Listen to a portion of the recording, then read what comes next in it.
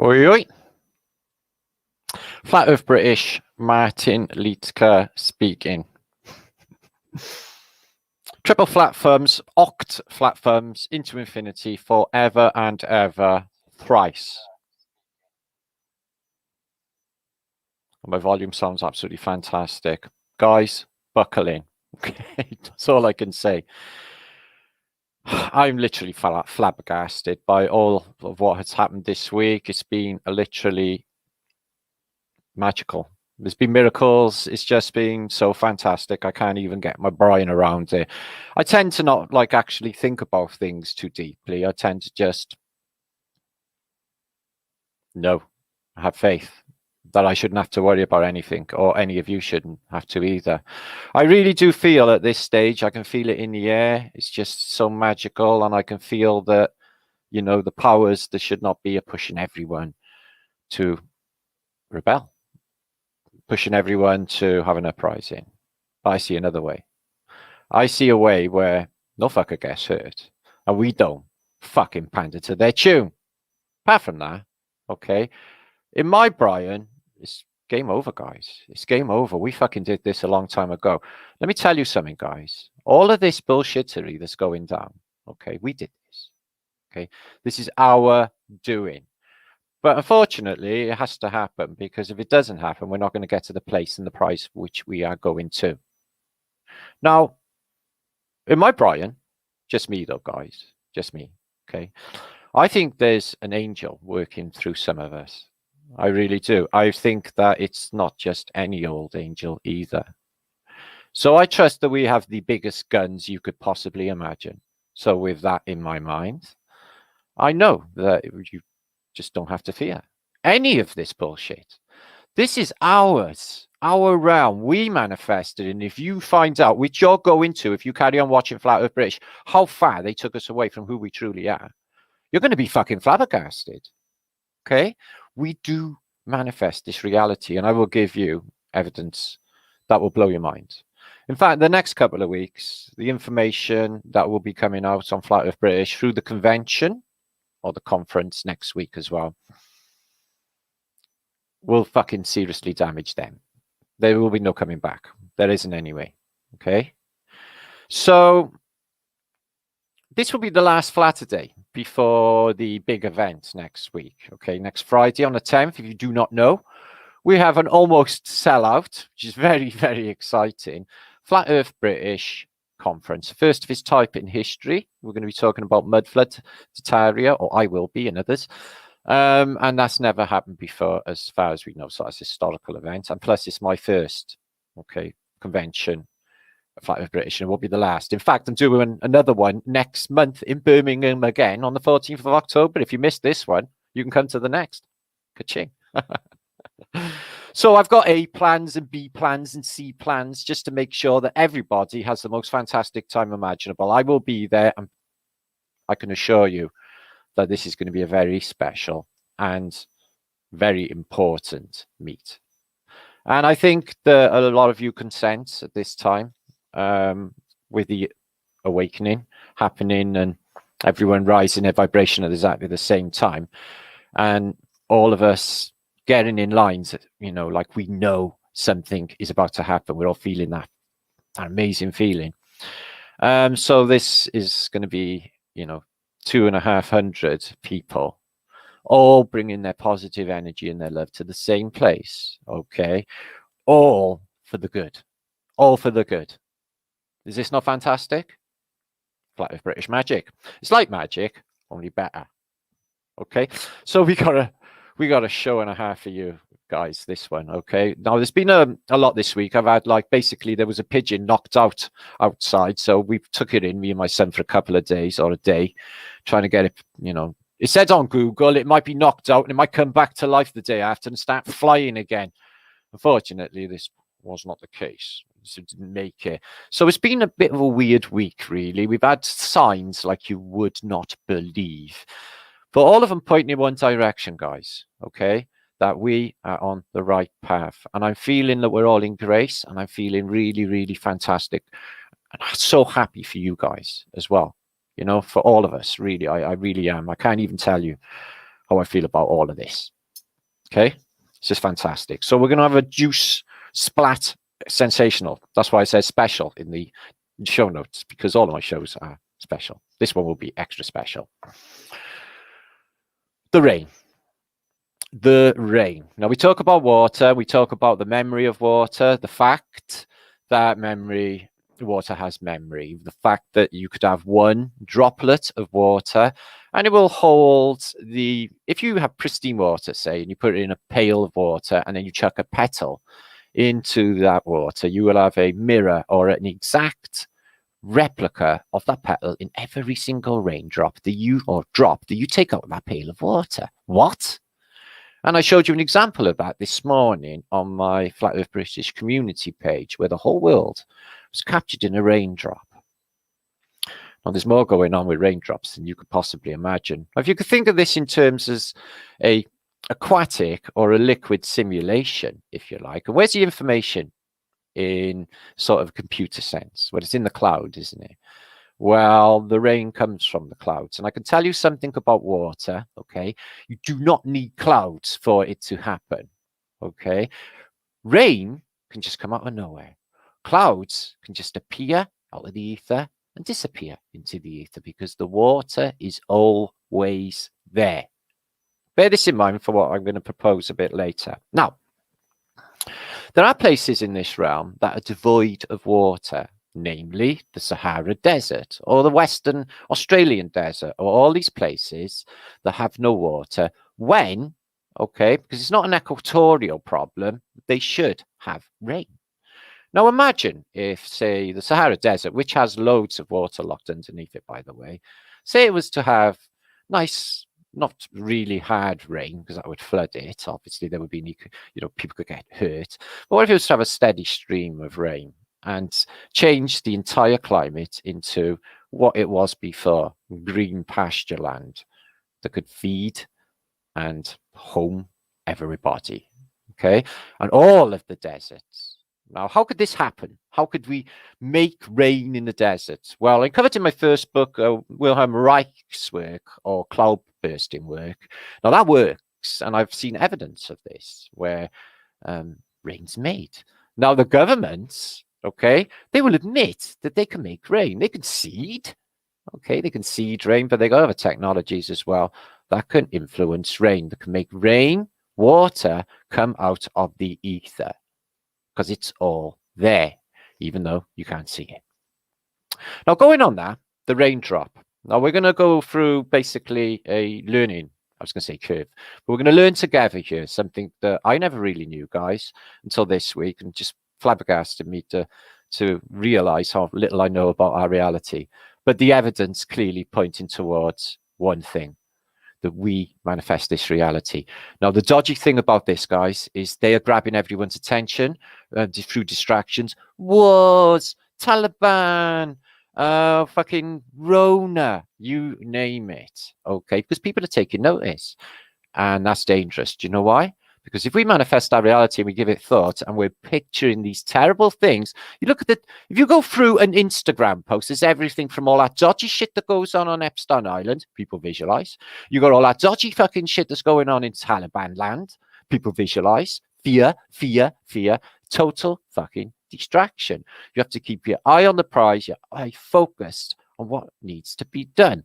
Okay, that's how they got us. They got us manifesting this shit reality for them through negative intent, bad programming, and everything else that they do. They have massive amounts of tools against us, guys. The residuals, the adverts, the televisions, the schooling, the false, fake, everything. Even the history isn't there anymore.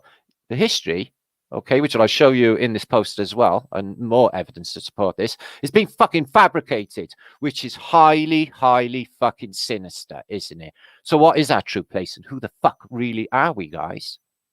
Well, I get closer to the mark with this answer, guys, okay? It will feel comfortable. It will feel liberating. It will free your fucking minds in ways you couldn't possibly imagine. Okay, guys? All of this will. And all what we're going to propose at the Flat Earth British Convention, which will be important for reasons that some of you might be aware of. Other ones will be thinking, well, it's only a convention, a conference. It's a little bit more than that. Okay. So there's something about the rain. Okay. Raindrops keep falling on my head. So there's that. There's hundreds of socially engineering songs that tell us about the rain. Now, the rain, okay, the Queen, she reigns. Why does the Queen reign over us? Or why is there a 1,000-year reign of Christ? Why is there a reign? And it's a reign. Because they manifest the reality through programming us to do it for them. So we don't do it. We don't do it. We don't play the fucking game anymore, guys. This is simple. We can cure the whole world. We could make everything fucking better overnight if we get this right. Now, it's a technology, guys. It's us. It's the ether. It's the geometry through our clear intent. Okay? Our clear intent will do this. Okay? You've got to be good at that. You've got to know what you're doing. We can make it fucking happen. Now, Hollywood definitely tell us about the rain, don't they? Singing in the rain, just singing in the rain. It appears that with a lot of these films, like Neo, for example, he has a fight with Agent Smith, doesn't he? And they're in the rain. Now, we've seen that the rain, you know, in Hollywood films, they even have the no moment in the fucking rain, don't they? So there seems like there's some sort of like thing in the rain where it gives you some sort of energy. Or there's some sort of informational exchange, maybe. Definitely. Now, take the rain away from a desert where the information is in the water. What happens? Reintroduce the information. What happens? Now, so Hollywood, yeah. So they've been predictively programming us for absolutely years concerning the rain, concerning flood. Now, flood or Noah's flood or reset is also, I really do feel, partly our doing as well, because they programming us into doing it for them. And I will explain all in this post. Okay, I would explain all in this post. It's a mind fucking blow, this one. Now, I hope you're all happy. I'm happy. I'm having a fantastic time. I'm actually excited. I don't really, you know, we've had like, you know, me and India who've been organizing this conference. We've had a few problems chucked along the way, like I knew we would have, and I expected them, but I'm just not worried. I just don't feel any like, oh, I should be bothered in any way. It's really weird. You know, you think I'd freak, but I fucking don't. It's just like, this is fucking happening. Build it and they will come. And I just so empowered with this one, guys. Every single convention, Flat Earthers convention I've ever been to in the past, I've not enjoyed. Like, I really haven't enjoyed. I haven't been on the right buzz. Something was missing. It was too much them. It just didn't fucking feel right. The last time I went to a convention, I thought next time we'll have it in the middle of a field. It'll knock spots off it. So, but we didn't actually get around to that till now. Happy. So, double flat thumbs. Let's get underway, guys. There's 1,000 things I'm going to share with you. We're going to do spot the difference with antiquity. Something's going on seriously with the photographic record. Holy fuck. Never mind the movies of San Francisco. You should see their stereoscopic images. But we're going to think about rain, the information exchange, the membrane. If you put your hands out into the rain, if you're out indoors, you say, and you put your hands out into the rain, your body temperature will start evaporating the rain back into steam state. And there's an informational exchange between you and the water. The membrane is the key. The membrane. Now remember, I've explained this before. In Hebrew, mem means water. It's clear that water has memory. Now you've got to remember this part about water as well. Okay, it responds to geometry. Okay, if water is frozen, it will exhibit a perfect cymatic pattern called a snowdrop. No two are the same. Why is that? Us again. All of it is. All of it is. Okay. Now, as you can see, Flat British is having a bit of a break today. I'm sunning myself on a beach in Aruba. Yeah, I got this chick in a grass skirt coming over and bringing me one of those fancy drinks with an umbrella in it. I don't fancy the drink very much, but the rest is absolutely epic. I'm having a fantastic time. I might go for a dip in the old briny later, but I'm not a very good swimmer, and I'll probably get like maybe a shark trying to bite me or something. Who even knows? So anyway, I'm feeling pretty funky. It's all about frequency. It's all about sound and vibration. Tesla was telling us the whatever, social engineer that is Tesla. So, good to see you all. Squizzle's in the house. DCAT is in the house. Northern, I'm going to give you all a few shoutage. Let a few people pile in. 600 of you turned up. Absolutely fantastic. Now, I'm live on Matt Liga channel. I'm live on Flat Earth News and Reports, which is Epic Richard Lopez, who's my brother. Facebook and Matt Liga's Facebook. So hi guys on there as well. Jammy Vicious, Squirrel. They weren't going all well. GT Clark. CMM Lizard, who's up the smoke, he is. That's London, if you're from Cardiff. Up the smoke. And, I see quite often on Facebook, Anne Marie van der Gaar is, love it here. Everyone's got that vibe. Can you feel it in the air, though, guys? Yeah, can you feel it? Wow, it's just no getting away from it. Getting away from it. It's just like, I keep getting these shivers and these fucking amazing buzzes all of the time. And the messages are coming through thick and fast.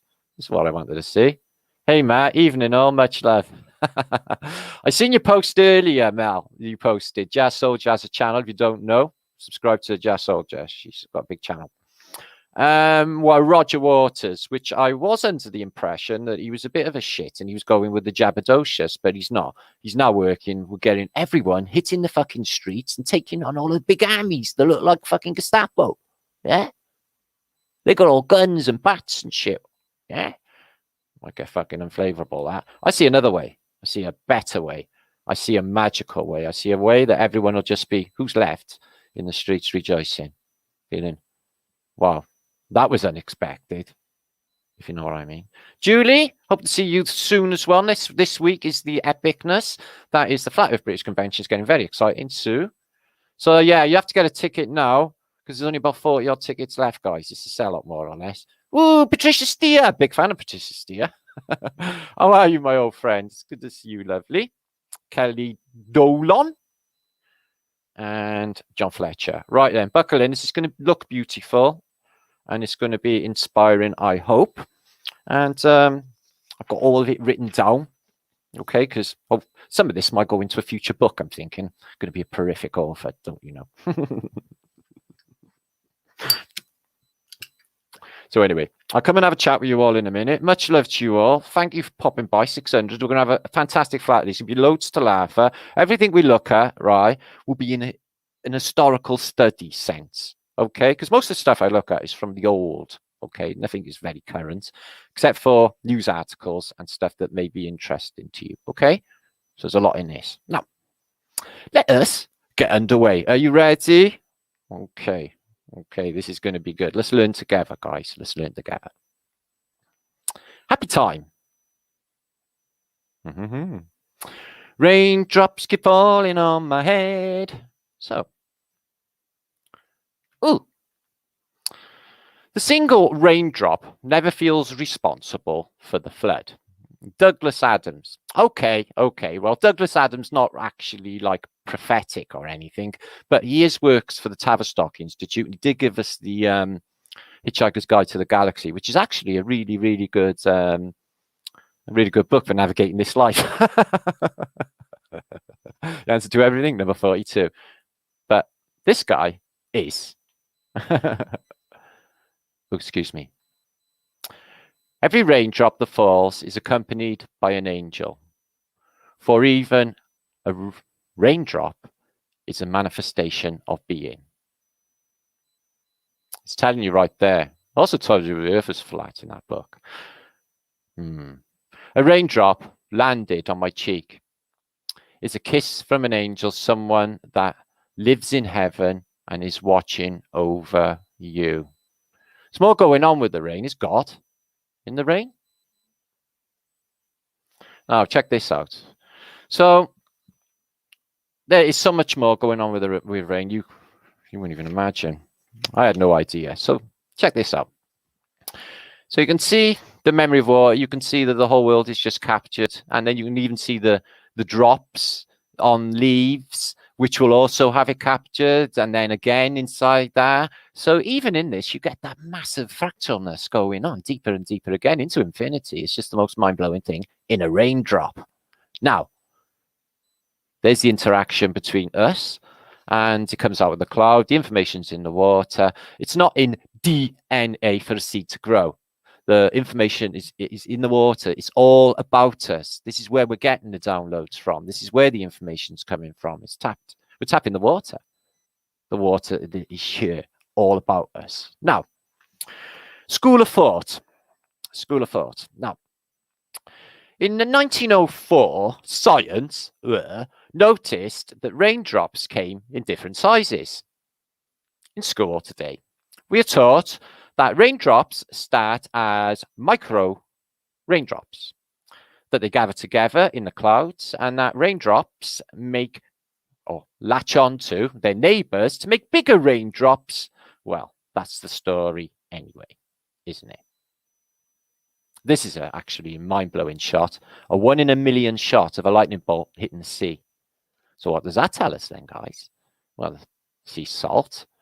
We were under the impression that human bones or the electrical charge from piezoelectric forces below the ground was causing the lightning in the first place. So what's going on with the sea here? There's a school of thought in that, but look how this happened here. Ionizing the air, cracking photograph that. Anyway, so there's a raindrop in milk, or a drop in milk, which is fantastic.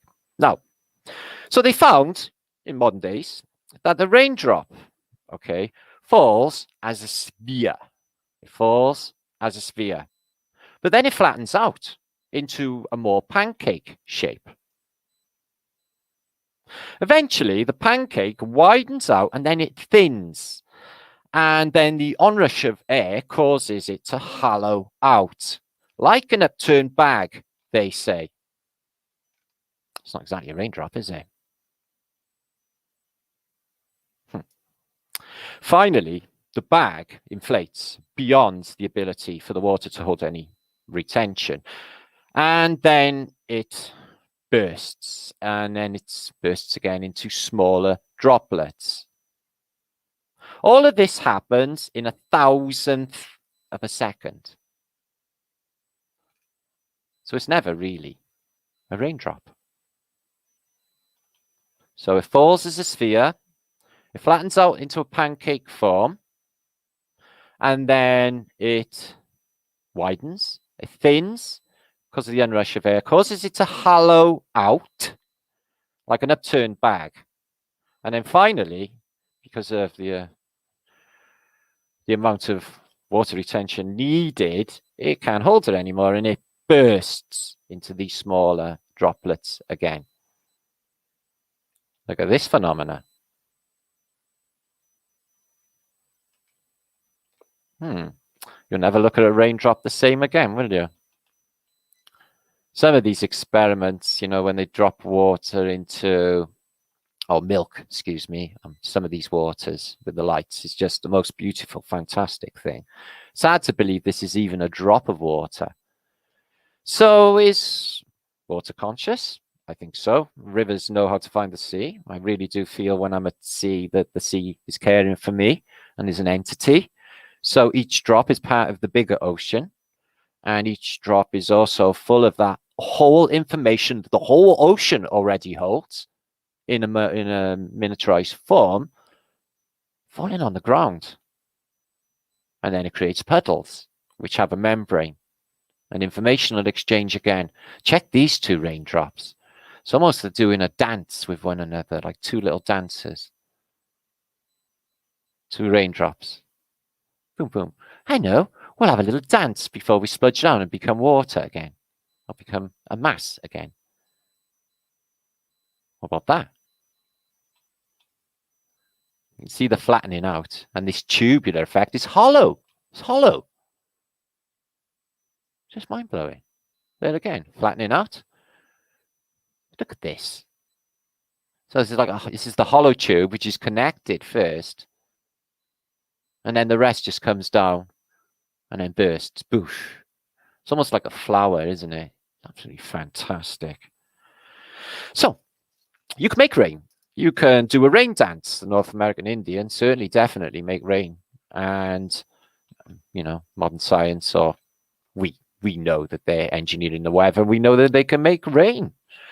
So that answer, you know, you've got to ask yourself, well, if they can do that, you know, they can make it rain at Woodstock or course, chemtrails and seed everywhere over cities. Why aren't they making it rain in the Sahara Desert and other places? Huge, thousands, tens of hundreds of thousands. I don't even know how many square miles of desert in this place, which is just sitting there, empty, could be revitalized, and everyone will have living space. Sorry for that phrase. Look at this. It looks like a sun going round, and it flattens like a disc. That's interesting. Look at that one. Wow. You don't even need any drugs to look at these. Oh, wow. Looks like Venetian glass, says Retro. Yeah, it so does. It so does. Well, that's it again. It's this hollow tube, isn't it? They're blowing air into glass, and it happens to look a bit like that. Yeah, you're quite right. So, very interesting. Yeah, it is. It gets more interesting. So, let's just have a look at a raindrop or a drop hitting, and we can see this crater formation as it impacts, and then them small droplets coming out with the burst. Boom.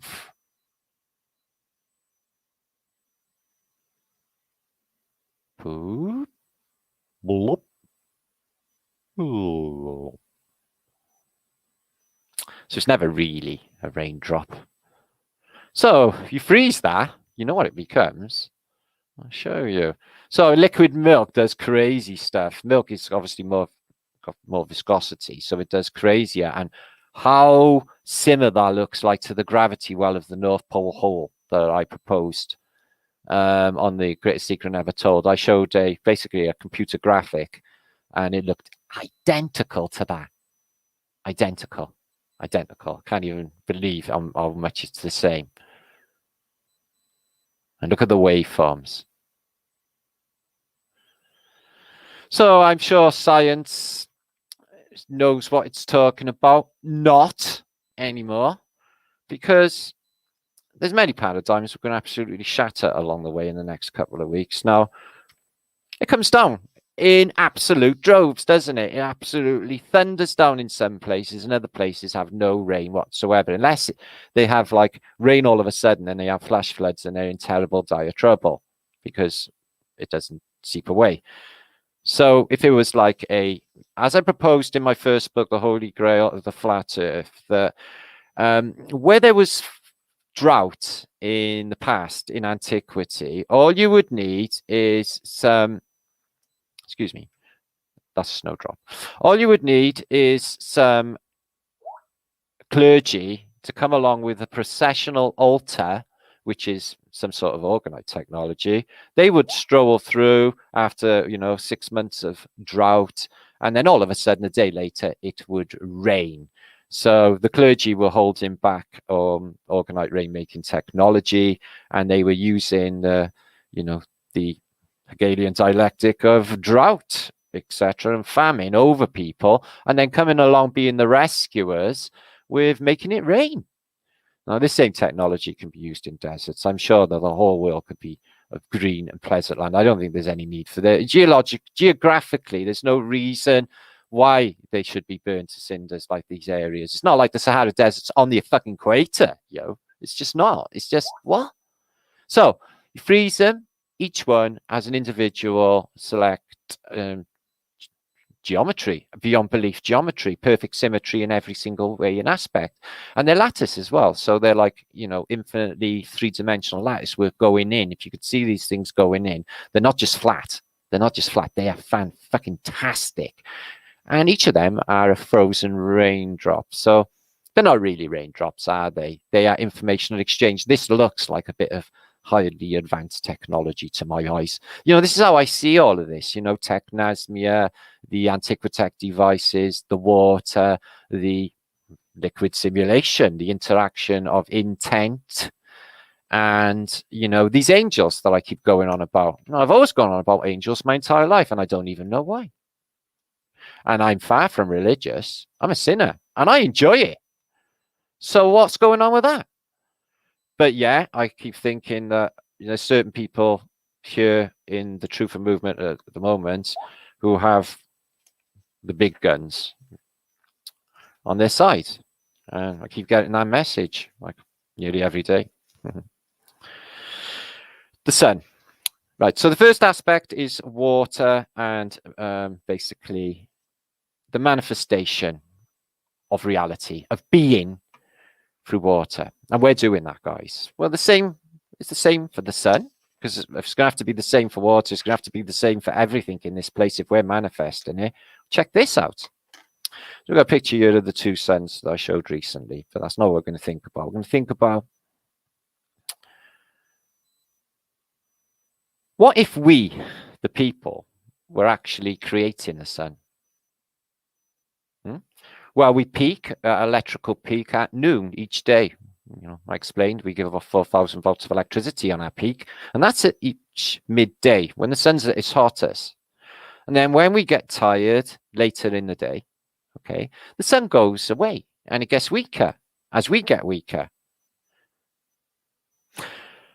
People that have rested and they have a kip and they wake up, the sun comes back when they're fully charged again. Is it the sun that's charging us, or is it the other way around, that we are creating and manifesting that?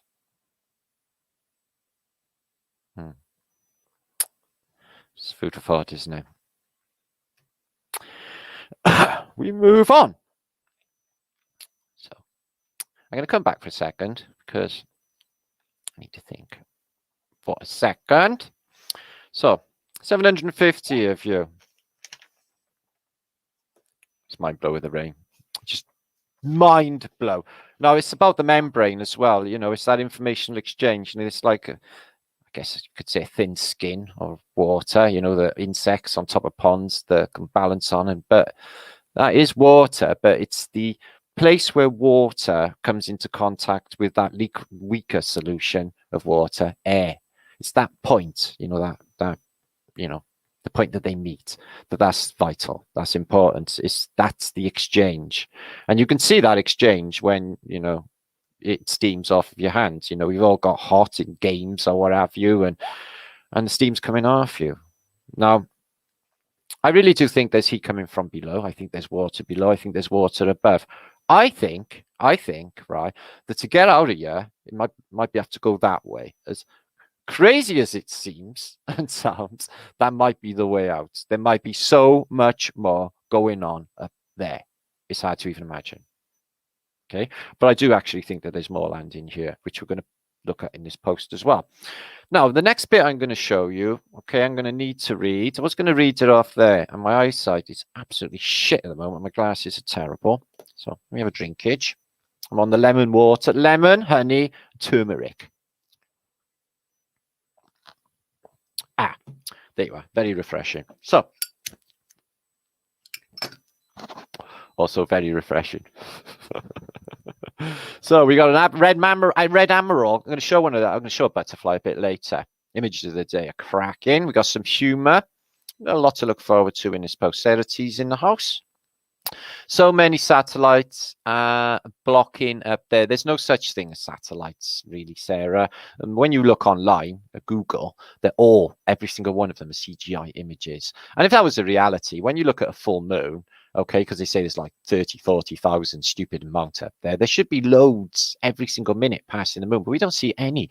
And when you see the ISS and everything, you don't ever see a satellite. In fact, every single space mission ever supposed to happen, you never ever see a satellite. And there's supposed to be fuckloads up there. Look at Google Loon balloons, and you will see clearly, okay, that they're on balloons. They send up thousands of them every single week. Okay, they stay up there for quite some time too. Okay, no need for nothing is orbiting anything in this fucking place. Michael? So I had an awesome debate about flat Earth with a guy at the chip shop earlier. He just come out with it and said, "What's going on with you then? Could you tell me what you're doing?" Like basically thought that I might be up to something in my life. It's like, yeah, I'm a flat earther. Oh, right, flat earther. It's like, well, don't say it in like a sort of derogative term. Yes, I'm a flat earther. Why? It's like, well, I actually have a degree in physics. I said, whoopee fucking do. I've fucking debated fucking all of the physicists and quantum mechanic wanks you could ever fucking imagine. And then again, the fucker didn't know anything about the heliocentric model. I was like, again, this happens every single time. You know nothing. I can't debate you. So that was it. But very nice chap, Joe. So I hope he watches, Joe. And I hope I have more chips. Love in the midst. Good to see you, my friend Jenny. So there's Holistic Media. Let's all send love vibes over to Holistic India Wilson's way right now. Love vibes. Okay. So we've all had weird weeks. India's had a tricky week, and I guess a lot of us have. But I tell you what, powered. Matt Pyman, Jeffrey, power's with us, guys. Yeah, we can't manifest that bullshit for them. We don't give them the fucking power. Don't give them the satisfaction. Yeah, don't. Yeah, think about you. Think about your families. Think about what's left. Yeah, they're all jabbed. Yeah. You know what they said as well? This is the irony. This is it. And this is making me giggle a little bit inside. They want you to have a third jab. Otherwise, you can't have your jabbity passport. Okay. And if you haven't had your third jab, you will be classed as unvaccinated, meaning they've just all gone through jabby 1 and 2E for fucking nothing because they're still unvaxxed. Whatever. Jersey Bob. So yeah, people send me stacks of links. I never look at any of them because it's all like negative intent and it takes you off the ball and, you know, cosmic confusion it causes. You know, I'm doing that with my reality. Fuck that. Time is too precious and too important. Yeah, you gotta live in the now, guys. Right in the now, in the second, right now, right now, right now. And you gotta keep reminding yourself. And this is what I'm doing. I'm reminding you of how fantastic you all are. Starting to remember, all of us. I know we are. We've been in amnesia. They made us forget, guys, and now we're starting to remember how this place was before. Every time you see an Antiquitech building, every time you see some beautiful artwork or something out of Tartaria, you're like, yeah, I'm really fucking resonating with this. Why is nothing like this now? Where is the quality? Where is the craftsmanship? Where is the class? What happened? Because it's Shitsville now. Everything is plastic fantastic, isn't it? I can't even think of one architectural feat that they've did significant in my lifetime. I can't think of anything. What? Millennium Dome? It's just a giant tit in the middle of London, you know? Nothing. They can't build shit. The Shad. Which is sounds like the Shat, doesn't it? Tom. Good to see you, Scott, as well. Flat Earth Jesus, fantastic Flatterday. Good to see you. Welcome back, my friend. Red Admiral, Tom Stanley, Scott, who's spellbound. We were all on a music sesh earlier. It was fantastic. I was listening to a bit of Donna Summer. I feel love. Followed by a bit of The Who. Followed by a bit of Stereo MCs.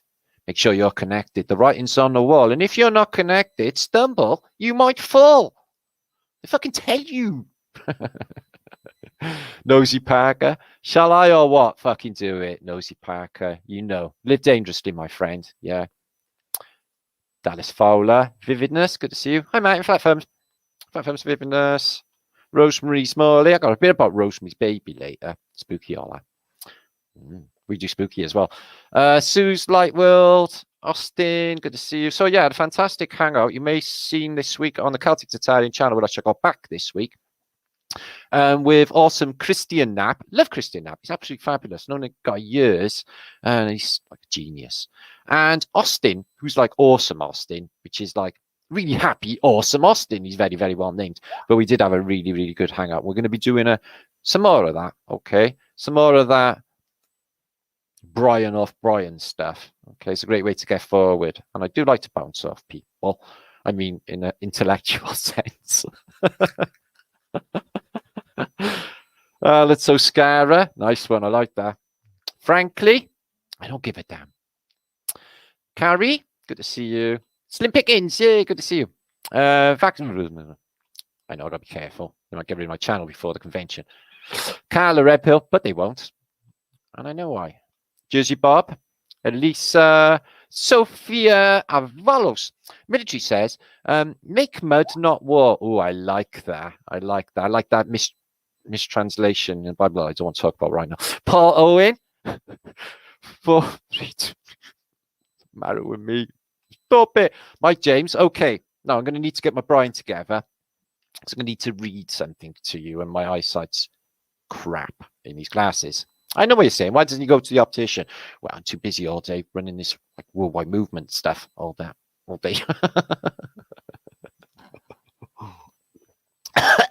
Down the wrong way. That's my own fault. Party time Friday. Yeah, Flatterday, she's having a do. Yeah, been to one of my do's? Have you? I know some of you had. I used to have them every year, but they stopped. Something weird happened with the world. I don't know. Song of the Bong is calling, says Jilly. Jilly, I'm going to meet you next week. Bring your 2 litre. No, I can't carry a bong on a train or whatever way you're traveling. Dr. Bass, good to see you. Lynn, I at Fairies. Lizzo always says Zippo. And Curve Water. Yeah, I had to give my Zippo overall this week. Anyway, let's back into the juice. Can we arrive at the convention 5 p.m.? The doors close at midnight when it starts. Yeah, Jo, you can. Your name will be there. Your proof of purchase, basically, we've got your name when you come in on or a roster. Just give us your name. We'll give you a band. And then off you go in. Yeah. So, yeah, obviously, we expect people to run, come tea time and stuff as well. So don't worry about that. Be fine. You might miss like a bit of music in the afternoon. And young Jade, who's going to be fantastic. She's coming on in the afternoon as well. And all the fun. We got some surprises for you all. And we're going to have a real good time. Okay. Martin is going to entertain you. No, I'm going to keep my clothes on. Don't worry about that. Truth Seeker. Manny Silver. No strippity dippity. Okay. Who does it, choose it is what we're going to play. Nah, we're not. Gary Felton. Mighty Atom. We're not going to play any silly games. Oh, might. Don't know. Anyway, let's get on with the show. So I'm going to be reading now. What we got here, right? Something that's passed me this week, but I get thousands of things. So I can't remember who to thank. So it's one universal thank you. Have you seen this newspaper from 1858, Martin? No, funnily enough, I haven't. It's juicy. It's juicy. There's a narrative in there that guys wrote in 1858 about the previous civilization in America. And what he states is mind-blowing. Massive trees, a glittering civilization that was just the remnants of still there. This classical world in America. Egypt in America talked about in this newspaper article in 1858. Okay, so that is during the Spanish-Mexican War, the Mexican Wars, but prior to the American Civil War, for a time frame reference. Okay, 818 of you, flat thumbs sure, watch this and make sure to share this out, please. Thank you. So yeah, let's smash another paradigm. Okay. Oh, it's not the new world. It's the old world. Egypt, America. The classical world, yeah, the fucking Romans, the Phoenicians, America. Check this out. So here it is. It's the Rothman's journal, and it's from 1858. And I've been reading all of the articles in here. There's some bloody brilliant articles. Old Winter is coming back. And Colonel Yell's first court. Oh, Colonel Yell. I wonder if that's the origin of the rebel Yell. So, because he was basically something to do with the Bonavista. So, as I said, it was the Mexican Wars. Anyway, Antiquities of America. Right, let me have a little drinkage. I'm going to get my brain together. It's quite brilliant, this. Throughout the entire length and breadth of the country, washed as if by the waters of 2 mighty oceans, is abounding in nature and resources, enormous beyond what is impossible to conceive. We find much to admire and the aspect of the beauty and nature. And whether we travel from distant shores of Maine and New Brunswick to the golden sands of California and the shores of the Great Pacific, or from the crystal lakes of Minnesota to the orange groves of Florida, Florida, we behold throughout the immense extent the features of nature, grand and beautiful in every form and aspect. The mineralogist and the geologist of nature and the botanist, or even the antiquarian, have all a rich field here. Now check this out. Strange as it may appear, America is abound in antiquities, so extensive, so beautiful and majestic as to rival those of Thebes and Nineveh. Ruins of ancient cities of immense extent, fortifications, mounds and pyramids and temples with walls built of strewn stone, showing a refined taste in architecture, and adorned with human figures beautifully executed, large altars ornamented with hieroglyphics, probably giving a record of those who reared them, which no man has ever been able to decipher. Remains of ancient palaces with beautiful specimens of sculpture and painting. I wonder where they are today. And many of these other marks of ancient greatness prove to us that this is not a new world, but that a powerful empire existed in the very remote period of time, teeming with population highly skilled in arts, and a state of civilization far beyond anything we have been led to conceive of the Aborigines previous to the discovery of the continent of Europe. Continent discovery by Europeans, excuse me. The Antiquities of America extend from the eastern shores of Maine and Massachusetts to the Pacific, and from the Great Lakes of British Dominions to Peru and Lake Plata in South America. In fact, throughout the extent of both continents, immense forests grow over the ruins of large cities, and the gigantic size of trees, which indicates that other generations of trees sprung up and grew before them.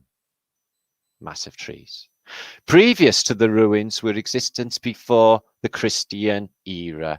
In every portion of the United States, interesting ruins have been discovered. In New York, in the state of New York, have been found sculptured figures and 100 animals in different species, executed in a style far superior to anything exhibited by any of the existing tribes or Indians. Love to see these statues. The state of Ohio abounds in ruins and towns and fortifications with extensive mounds and pyramids.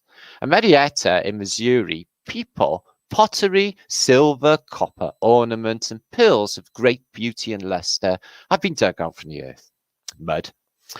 In the caves of Tennessee and Kentucky, mummies have been found in a high state of preservation, clothed in clothes and skins of various textures, inlaid with feathers, like the discoveries have been made in Carrollton near Milwaukee, in the state of Wisconsin. Ruins of a huge fortifications appear, star forts, similar to the ruins appeared in the state of Missouri, New Madrid. On the south side of the Missouri River, I know somebody who lives there, in the western portion of the state is the enclosure of some 500 acres, which includes the ruins of a building, no doubt an ancient tower, the walls over 100 feet high and 80 feet wide at the base, attached to which is a redoubt and a citadel. Fucking hell.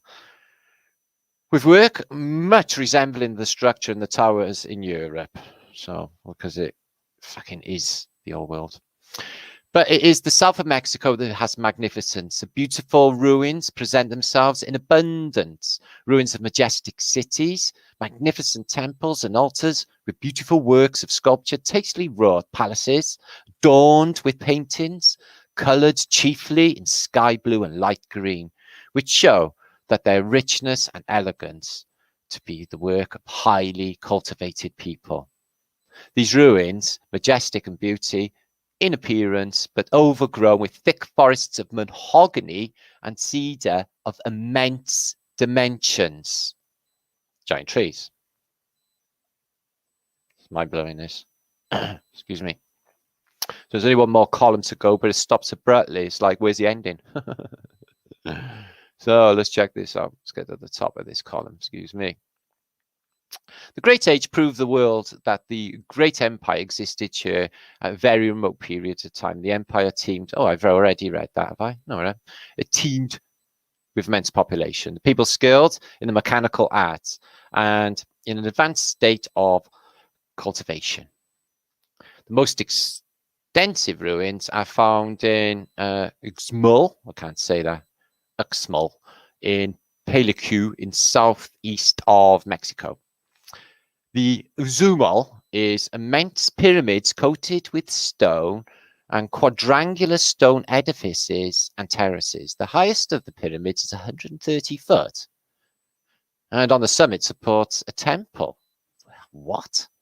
On one of the facades, the temple has 4 human figures cut in stone and great exactness and elegance, and the hands are crossed upon the breast, and the head covered with something like a helmet. About the neck is a garment and the skin of an alligator, and over each body is the figure of a death's head and bones, skull and crossbones. Anyway, at Planik, the city of great extent is immense ruins, with the ruins of a royal palace, 1 temple at Copon, 520 feet by 650. So they've measured them, so they were certainly there. And supposed to have been larger than St. Peter's, Rome. Wow. Another temple in great dimensions is here, having an entrance or a portico 100 feet long and 10 feet broad, and stands at an elevation of 60 foot. Wow. The pillars of the portico were adorned with hieroglyphics and other devices. This is America. Different objects of worship have been found, representations of gods, I wonder which ones they were, who have been worshipped in this country. These temples, with 14 large buildings and other objects of curiosity, I wonder what they were, stand here as monuments to the ancient greatness that remind us of the remote origin of this mighty empire. The city has been discovered in Thebes of America, and the travelers were supposed that it's supposed to be 60 miles in circumference and contained a population of 3 million souls. 3 million people. Just mind-blowing. Centuries must have elapsed, maybe, and dynasties succeeded each other, maybe, before such orders of architecture were introduced, and great lengths of time must have been passed before the empire would have sufficiently powerful to create such temples. Well, maybe, and possesses a city of such vast extent. In looking back at the past, we feel interested in the imagination that the people who once in the noonday of glory enjoyed all the fruits and luxuries of advanced civilization. Better than now then. But when we behold these ruins of melancholy reflected, I feel gutted. Must at one size of our minds, once it seizes our minds, excuse me. On the ground where once nations met in their strength and power, wild beasts now roam and venomous serpents, and wend their way and over these vast cities were once busy hum of industry, and the voice of merriment resounded. Grows vast cedar trees, on whose branches owls chatters. Oh, he's gone off fucking poetrical here. Anyway, so let me just scroll down. A dark shade rest of Antiquity of America. A few rays of light alleviate the gloom, I should say. We have ancient history to inform us that events of Egypt, how the empire was formed and proposed, and we have the same record of Babylon, Nineveh, Greece, Rome, Carthage. I notice they're missing out the Phoenicians in this narrative, guys, but that's exactly who we're looking at, okay? So, enormous forests, enormous populations, enormous cities, and it ends there abruptly. Here lies the body of John Mound, lost at sea and never found, on an Irish tombstone. I don't know why they put that at the end. So yeah, I've been looking at all of these. These are really interesting, you know, these old newspapers. I should go through some more, you know. Even a, you know, caught in California. Right in the golden era. So old newspapers. So anyway, had evidence anyway. You know, this guy knows the dimension, so I doubt that they're not there. So fantastically big cities. Can you imagine America before, you know, the floods hit or what have you? So anyway, fuckery with history we're going to look at more of now. Spot the difference. Now, let's think carefully here, okay, when we're taking apart a constructed history. These are stereoscopic images of following the events of the supposed San Francisco earthquake, which will bug me forever, and I don't even know why. Just something that I can't stop thinking about. So the photographer, when he takes a stereoscopic image, so what does he take? 2 quick shutter speeds, seconds apart, or does he move over to the left a little bit? Because what you find is, you know, by here, this corner of maybe a tent, it's not there. Remember the Red Cross? These are some sort of FEMA camp, just children. Don't see any adults with these children. And this gentleman behind here, he's over a bit further, and this black thing behind the girl's head's almost disappeared. So I'm guessing if he's taking a stereoscopic image, he's maybe moved to the left. I don't know. You know, it's supposed to be needing time for these things to expose, what have you. So we'll give him the benefit of the doubt. All right, maybe there's something else going on. They're slightly out of line. And you get the same here. You can see that little black object here on Market Street. It's further out there. Okay. And some stuff's just not matching. So I thought, oh, all right, then I'll give him the benefit of the doubt. You know, you can see more of the building here. He moves over when he's taking a photograph. I don't really know what's going on with stereoscopic images. Maybe there's something else going on. So I started to go through some more. Wondering, are they all just created? And are we really looking at a real world? So what we found, or what I found, was things like this. So, oh, let's have a game of spot the difference. Okay, look at this Greco-Romano building. So they're talking about these ancient sculptures. They're there now, guys. They're talking about these great edifices. Yeah? This is the classical fucking world, guys. This is it in America. Anyway, let's take a look at this thing here. And what you find on that one there's a bit of wood resting against it. So it's not like, you know, even if he was over this way, the cameraman a bit more, and he's, you know, cut off less of this fucking pile of rubbish, that would not explain why there's a bit of wood resting against it. So they're 2 different photographs, aren't they? Times apart. What's going on exactly? The people are in the same place, but there's stuff definitely altered in the images. Look, piece of wood, no piece of wood. Piece of wood, no piece of wood, right? Yes. So they are altered. It's the same with the vanilla skies again. There's no sky whatsoever. Look at this dome with all the metal in it. Nasmia. Even on the back of there's some sort of metal gantry. Even an aerial out of the chimney pot. So yeah, you'd be surprised how many are altered. Look at this.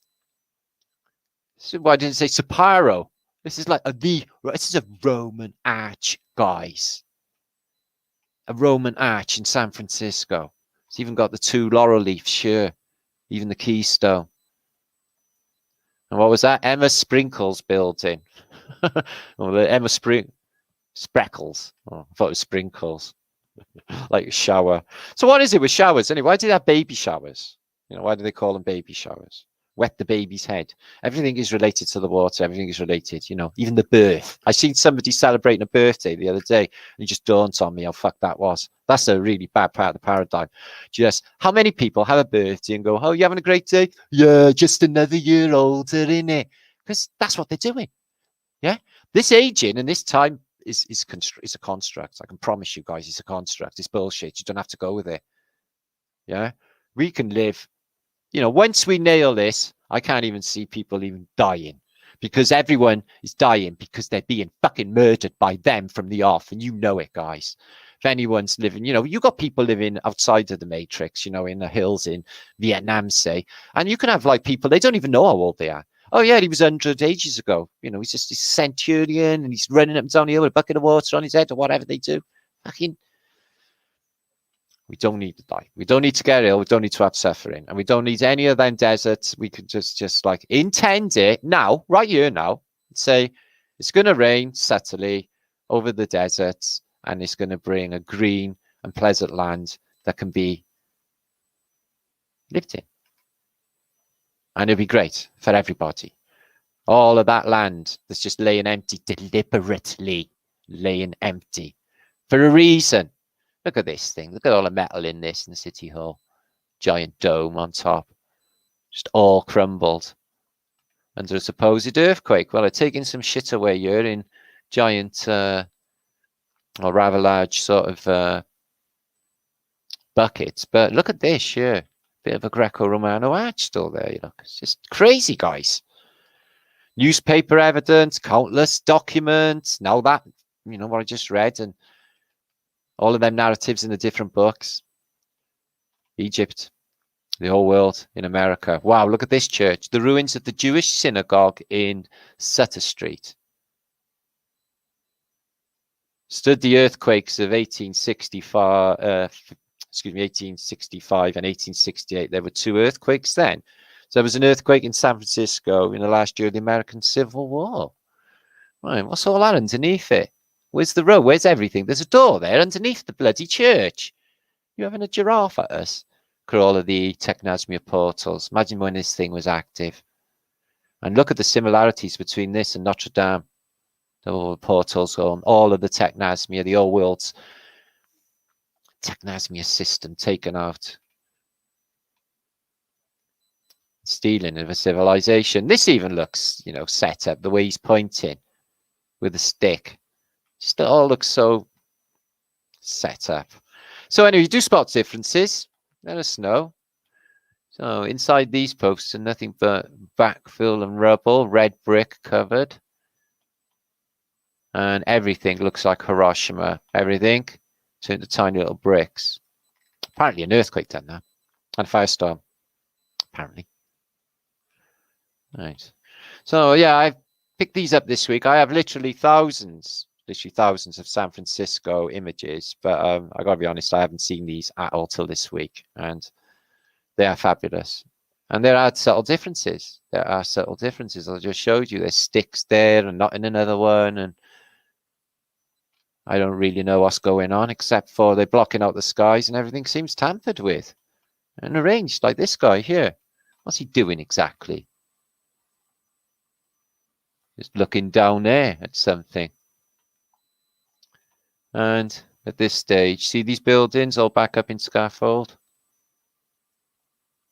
Just replace that old beautiful world of Tartarian buildings with new tower blocks. Bullshit.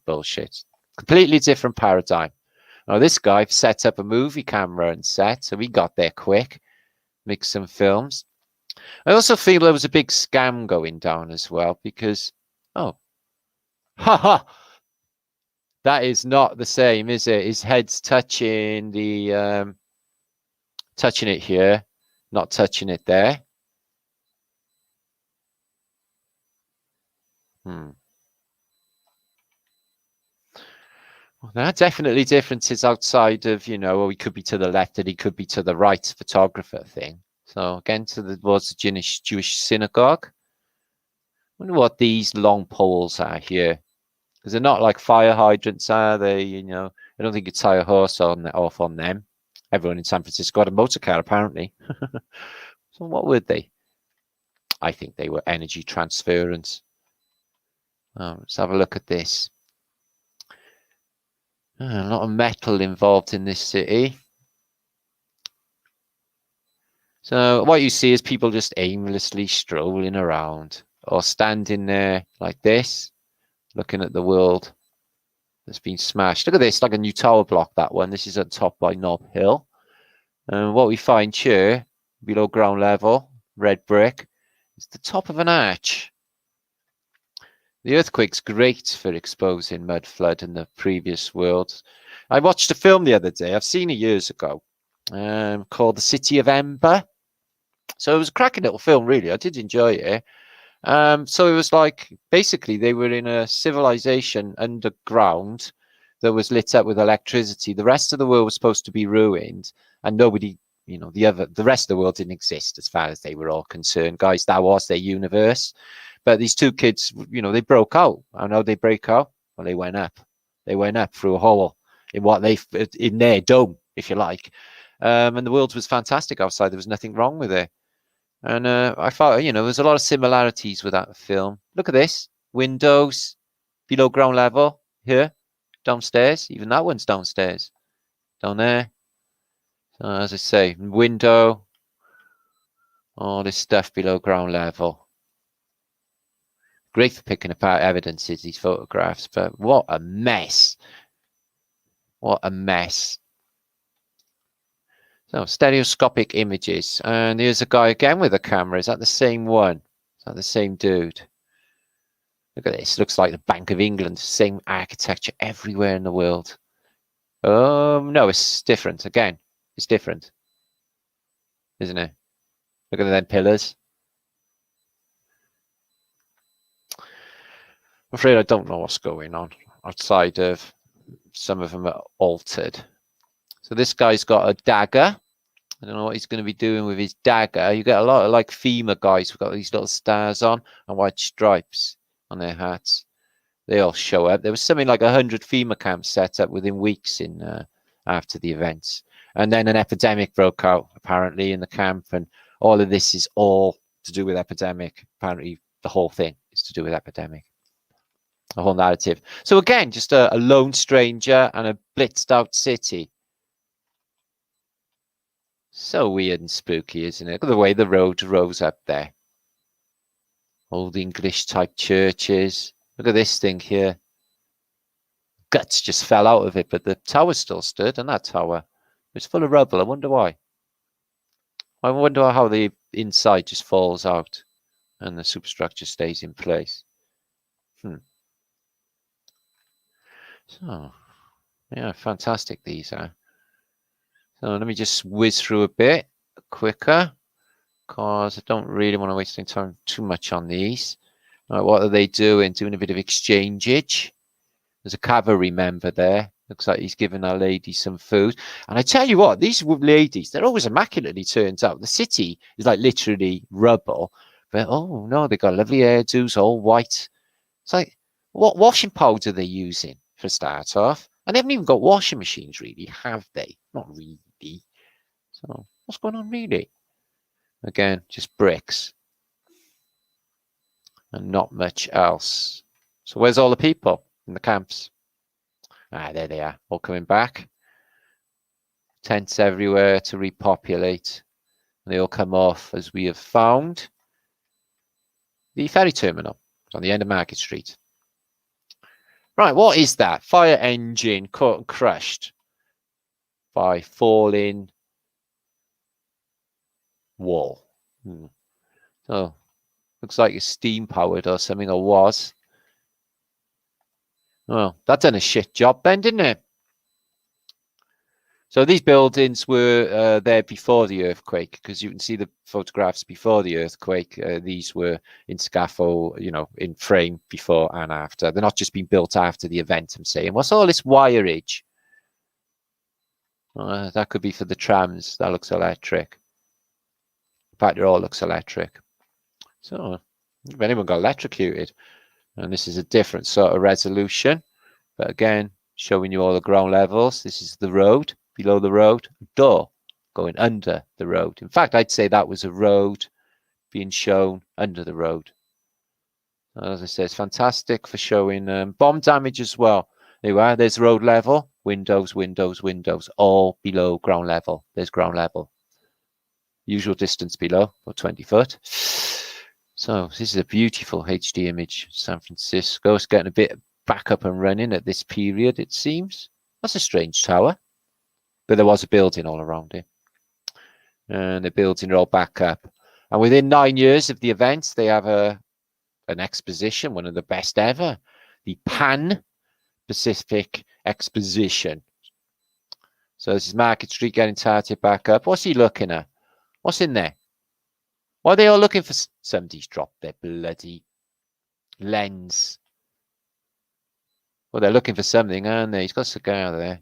As I said, these ladies are really well turned out. They're all looking for something. They're picking something up off the ground. I wonder what it is. They're all doing it. What is in the muck that they're all picking up? Gold? Could be gold. Could be gold. Well, there's something in the mud that they all want. What's it outside of? The San Francisco. Oh, bloody hell. Let's see. So look at this one. Tops of windows. Literally, the doors downstairs there. So it's like it was all mud flooded in 1906. But no, I just showed you that America is being completely flooded in what they call Noah's flood. Egypt is literally America. So I just showed you evidence of hieroglyphics, giant temples, civilizations, sculptures, artworks. Europe is probably filled with American antiquities, guys. Think about it. This is the monuments, men. So they send Americans to America, World War II, to collect all the stolen Nazi art, and they stick it in a warehouse to give it back to all the museums after, again, they say. Or is it just them coming to get their own treasure back? Think about it. Makes fucking sense to me, guys. Check this out. That one never got hurt at all. So they started to clean the streets. Good luck with all these big, massive chunks of masonry. What did they do with them all? And there's one of the camps further up in the north of the city, just up by the city hall. Loads of buildings, and you know, this is the most selective firestorm and earthquake in history. Everything across the road's completely gone. This building, nothing going on at all. And they set up a little Hooverville for survivors. It's supposed to be like 4,000 people supposed to have died in the event, but I'm suspicious of that. I think everyone got killed. Look at this, another entrance there. And I think they replaced the population. I think it's all. I think we're literally seeing the evidence they call San Francisco earthquake. They'll give us a movie with fucking later on the earthquake film with Clark Gable, and you know a few others that have been made about it. Not many really. You know, to create a story which fits with none of the narratives of the day. There was explosions years prior, sounded like artillery, etc., etc. So it's martial law for sure. So no one loots them, otherwise they're going to get shot. All men in that queue, one woman up there. So it's pretty Armageddon-ish. Again, a lone guy looking at what looks like a bit of Rome column. The road's all buckled up. So I came through here. Look at the railings they had on their houses. They ripped through here and it burnt all, even the fence post. And the trees as well. So yeah, I did have it quite bad there. Look at this then. Wow, all the ships are coming in there. So it literally looks like Armageddon. Literally. Look at the world that was before it. Everything was ornate and beautiful. So the House of Mirth. Okay, what are they selling? So ring the bell for landlady. Furnished rooms with running water, steam heat, and elevator. So you're killing it, you guys, aren't you? You've got it all going on. Wow. So what about Belle? What about, I was talking about Peter Pan, Tinkerbell. So she's a fairy, Tinkerbell. So what you do, tink a bell, make a bell sound, get fairies or even angels. So I wonder how these horses, oh, that's pretty sad. Aw. Horses are epic. Animals are epic. People suck. Anyway, so they're going out to the parks. As has been proved, guys, has it not? We knew they were iffy. But fuck me. So look at this, guys. It's just the same again. You get this whole bank of smoke, you know, massive smoke, but you never really see flame. And everyone just sits there and watches it encroaching. I think it's the weirdest thing. It doesn't fit with what I'd feel of a firestorm. Really weird. I think it's a due attack. I think they wiped the city out. Brought new population control, uniforms, all with their little bags. None of this seems very personal. It all seems like it's been given to them. All these clothes, all these uniforms, all always immaculate as well. This building, nothing going on. Look at the Phoenician shell, flowing flowers, the whole thing. Except there, something happened up there. Hang on, is that building occupied? Yeah, it's got nets. So the building's unharmed. Yeah, there's... How can that happen unless something's hit it from the top?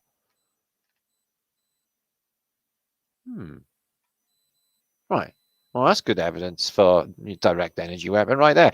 So I think there was a job. I definitely think these are safes. I don't think they're fridges. I don't think they're water things, because water header tanks, because there's no use to go in a building and rip out a header tank, is there? What for? But they all look like safes because they got these things on them, like we got the safe wheel, and they are chunky bits of metal and metal boxes, you know. And this one's definitely got a keyhole on it, so I don't think that's a header tank. So they are safes. They got all the safes out of all the banks and they emptied them before the city was destroyed. Only they left the evidence for somebody to photograph. So a bit of a scam as well. Take everything they got. Look at that, the cobble. That building seems fine though, doesn't it? And the lamppost for the cobble. Oh, it's really unusual, that is. You see the wave. Fasces. Look at there you are, the classical world. Look at this for clarity. 1906, guys. Fucking nearly 120 odd years ago. You got the Roman world. Phoenicia, San Francisco. They tried to destroy it. They've done it everywhere. I could give you loads of examples in this post. There's the ferry terminal before the scaffold went up. So this is really straight after the event, because they had this up within a week. And there's that bunko booth, which, oh, I wish I could find out. It's on that side of the pillar. I wish I could look down that way at that photo. So yeah, unharmed the ferry terminal. They said there was a crack in it. Don't really see a crack at all. Look at this. Ever decreasing temples. And what is that on top? Bent flagpole. A couple of holes. Yeah, I think there was definitely something else going on with that terminal. No doubt about it. It's got landing platforms for balloons. Whole world.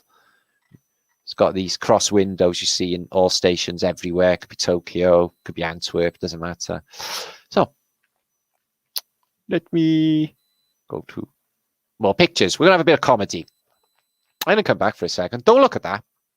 That's wrong. That's wrong of you to look at that. So 960 people watching. It says on here I got 496. I'm guessing I haven't updated. Did you share this video out? Would you please? I'm going to change my picture to something more watery related. And I'm going to come and give you a few shouts. And we're going to have a little bit of a chuckle. Because we do like a little bit of a giggle on Flat Earth British. So we do.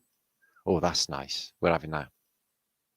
Yay, that's really good. That's so trippy. That's worth a share just for the trippiness alone. Flatterday night and all, isn't it? Huh? So I'm hoping to have a Flatterday next week. So I won't be able to do too much this week. Anything pressing happens in the week, I'll come live on the Tarian channel probably, because Flat Earth British think tank channel is down for the moment. And then when I get back Saturday, if there's any time left, you know, I definitely I'll be able to record everything, okay, stream everything, because I was watching a show last night with David Weiss and Karen B. She said, are you definitely going to stream all this? Yes, I am, Karen. I'm going to stream and record. I've got all set up, people to help. Everything is on that, you know, nobody will miss anything if you're not going, okay? Okay? No, because I know a few of you are feeling a bit shit because you can't go, and don't worry anyway, if you're from Britain you can't go to this one, like Brian from Reconnecting sent me a message earlier, says he can't go, he's feeling a bit under the weather. So let's send Brian big love vibrations, okay, so that he gets better soon. Fat thumbs Arthur, thank you for popping. Arthur FE Flat Earther, Rosemary Morley, flat thumbs to all Roger and Rose Blackpool. Oh, yeah, he likes Blackpool.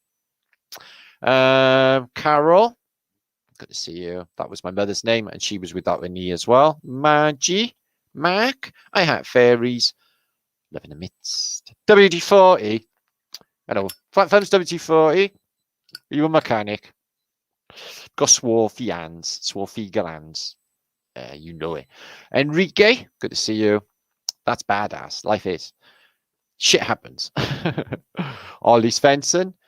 So we have some pills of wisdom coming up very, very shortly as well. So make sure to share that out. Loads of images.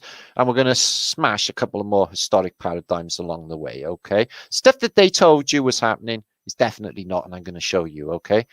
Side boobage, perhaps. We'll have a look at that later a bit, Calv, okay? Not going too heavy on the juggage. It's not all about that. We're a really classy show here, yeah?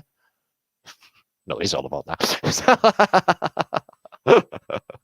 Ben, Northwest. So anyway, Frey, Adam Cook's there as well. Tizar, Northern Elements, Ben Gray, Dick, Mickey Warbanger, Carol. So Lindsay Ashcroft is going to be in this, guys. Are you actually there at all, Arwin? I'm talking to you. Amo, good to see you. Yeah, we got a treat. Yeah, you're going to see how beautiful Flat Earth Mud Flood ladies actually are. Okay, you excited? You know I am. It's just the best. We're so lucky. No, honestly, I'm not even fucking joking. It's like all the chicks around here are just super wicked. Or is it just me? It might be just me. It's not though. You'll see. It's not just me. Okay. When I was in the merchant navy, they say, "Where are you going next?" And I'd be like, they say Greece or something. I'd be, oh, brilliant. Some of the most beautifulest women in the world live in Greece. And they used to say, Martin, you say that about every country we go to. It's like, do I? Oh, right. Elflin, Devo. I just like beautiful things. Nothing wrong with that. Robert, good to see you. And JK email. Right. Everywhere is mass graves. Well, we're children of the grave. Don't you listen to music? Don't even worry about it. You died in 2012. Yeah, they've been running a simulation, hoping no one would fucking notice. We got this. This is ours. Like literally, the world is our oyster. Like literally. Yeah. Don't let them ever think. Don't ever think that's not the case, because it is. Okay. This is ours. We've been programming it for them, guys. They used tricks, deceit. I can see through it all now, and I know the technology. Now, let's have a little giggle. Okay. If you have a, basically a fragile Brian, yeah, and you feel you might be affected by, comedy, then I don't really, apologize in any way, shape or form, or give a shit. Yeah. It's not because I'm not like loving or caring. It's just like, this is funny. Okay. Punk rock. Anyway, peace and love to you all. Let's have some more fun. I've got loads to go through still. We're going to smash another FEB paradigms. There's stacks more to blow your minds in this. Make sure to share this up. Thank you. Okay. Now, that was that newspaper article, which I'm going to share with you. Let's have a look at some album covers and stuff from antiquity, shall we? Now, Closer to the Saviour by Denise. Now, that's not unpleasant in any way or shape or form. I just thought, like, if she was that close, that, I made a sorted her out. She's got a bit of the Odins going on there. Ooh, I don't know if this is real. Is this real? Super Hames, born again virgin. Become a born again virgin. So it contains 100% titanol. Titanol. Is titanol a real thing? Is it? Wow, I didn't know about that. At my age as well. Ooh, Delft. Take it. 4 fingers. What's the difference between a Kit Kat and Joan Collins? Well, you only get 2 fingers in a Kit Kat, don't you? So, he knows when you've been wanking. Now, this is true, right? Satan, Santa, yeah, he's watching you all the time, yeah? If you've been touching yourself inappropriately, I'm hoping that nobody actually ever does that, right? But if you did, touch yourself inappropriately, Santa knows. And guess what, boys and girls? You won't be having any capitalist shit made by child slaves this Christmas. The secret sex life of a church organist. Check him out. He looks a randy bastard. Don't he? I bet he got about 30 fucking kids. Yeah. And do you know why? Because he's an organist. He's got that organ sending that really nice vibration through his gonads every day. No wonder he's going home so full. Yeah. Listen, organs are good for your organ. Yeah. It's true. Remember to remember the member. I wonder if remember means to reattach the member after it's been demembered. I don't know. Let's not go into that. Anyway, king size dick. So this guy I've seen before. He's a famous German artist. I hope that Ford runs him over, splatters him. He's really annoying. Ah, Mrs. Allen on all fours. Developed the perfect relationship with the pet, Barbara A. Allen. Not that this is funny in any way. I'm missing the joke, but she's got a German Shepherd. Huh? So nice couple of dogs there. No, I didn't mean that. Bitches, I meant. Big green tatties. Let's have a look here. Are they real tatters? Oh, they're real tatters. You can get tatters that big. And I'm just saying, guys, if you peel them, if you would take a long while, but if you could peel them and make them into chips, and then if you did have a lot of oil, can you imagine the size of your bag of chips? Could you? I'm getting hungry. Oh, lover. And I got relatives that look like this. Drop of the ad stuff for adults only. Mrs. Snuff Lerwick. Is that a man? Mr. Snuff Herwick? I don't know. But anyway, terrible drinking problem. That is actually Frank Sinatra in his later years. Laid by the Lord. The golden eggs. Laid by his mighty staff. To him, I am beautiful. Are they doing this on purpose? Porridge and praise. In fact, that's all you're having. Morning glory. What's the story, morning glory? Tripping my tits off. I felt him come. Buckaroo. Oh, I love a game of Buckaroo. The old brown jug. Oh, dear. My faith warms me. God bless my pie. Now, they got to be doing that on purpose, haven't they? Laid by the Lord. Golden eggs. Elvis Spock. Have you seen him? Oh, he's dead. No, but he did a cracking album. It's better. He did better, I reckon, Spock, than William Shatner's album. Well, William Shatner doesn't sing, does he? Just fucking talks. Yeah. I wandered about a bit on my own. I came upon a load of daffodils. No, William, that's Wordsworth. No, it's not. Well, it sounds a bit like Wordsworth. No, I changed it. It's mine. So, yeah, you could have the Mexican Elvis. You can have the Filipino Elvis, or you can have the Spock Elvis. I think it's a real good look for him, don't you? Yeah. He's got like a photographic collection online at Lennox Nimroyd. He's a right old pervert. He's always taking photographs of naked women. Chuck Norris, action pants. I wonder if Chuck Norris got a high... Oh, I got to be careful. If you say anything about Chuck Norris, he comes through the window, doesn't he? No, let's not say anything about Chuck Norris. Right. Haircuts in the 1970s. I didn't have one of these because I actually had no hair in the 1970s. Actually, I did. I had scruffy hair till about 1979, then it all came off, and it fucking stayed off for quite some time until I grew that Mohican that time. But then I made it, basically, I dyed it all different colors. Started to lose my hair a bit there. At the one time when we went out and I put super glue in it to make it rock hard, I thought it'd be good. Accidentally butted somebody or something. I thought it'd be really good. So yeah, you got the we used to call this the basin. If you turned up in school with a basin cut, yeah, you basin bayonet is what we used to call them. You were going to get your head kicked in, or at least the bumps. Do you know what the bumps are? Yeah, of course you do. He's got a bit of the I don't know. He's got a bit of the blurs about him. Oh, I don't like this look. What's this look here? Looks like a wig, doesn't it? Ooh, the Saturday Night Fever look. Nice little curl going on there. He's got a bit of the, looks like a bit of a serial killer. Yeah, he looks like that guy out of No Country for Old Men. Yeah, he looks really sinister. He looks like a football player or newsreader. He looks like he might do something naughty with you later. So does he. So does he. Jesus guy. He looks like he might be Jesus guy. Oh, look at his fuzzy little mop. Yeah, he became a lead singer of a heavy metal band. Check him out. Early mod. He's got the mod haircut. Mod squad. We got a young BG down here. Looks like Robin. Okay, he's looking at him thinking, oh, you look like Robin Kidd, mate.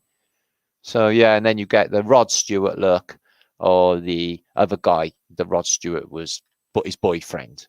Yeah, or the guy that was sweet. Yeah, you better look out. You better beware. If you don't know about Sweet, don't even worry. This is the cover to Mind Games. Now, you've obviously listened to Mind Games by John Lennon. Okay.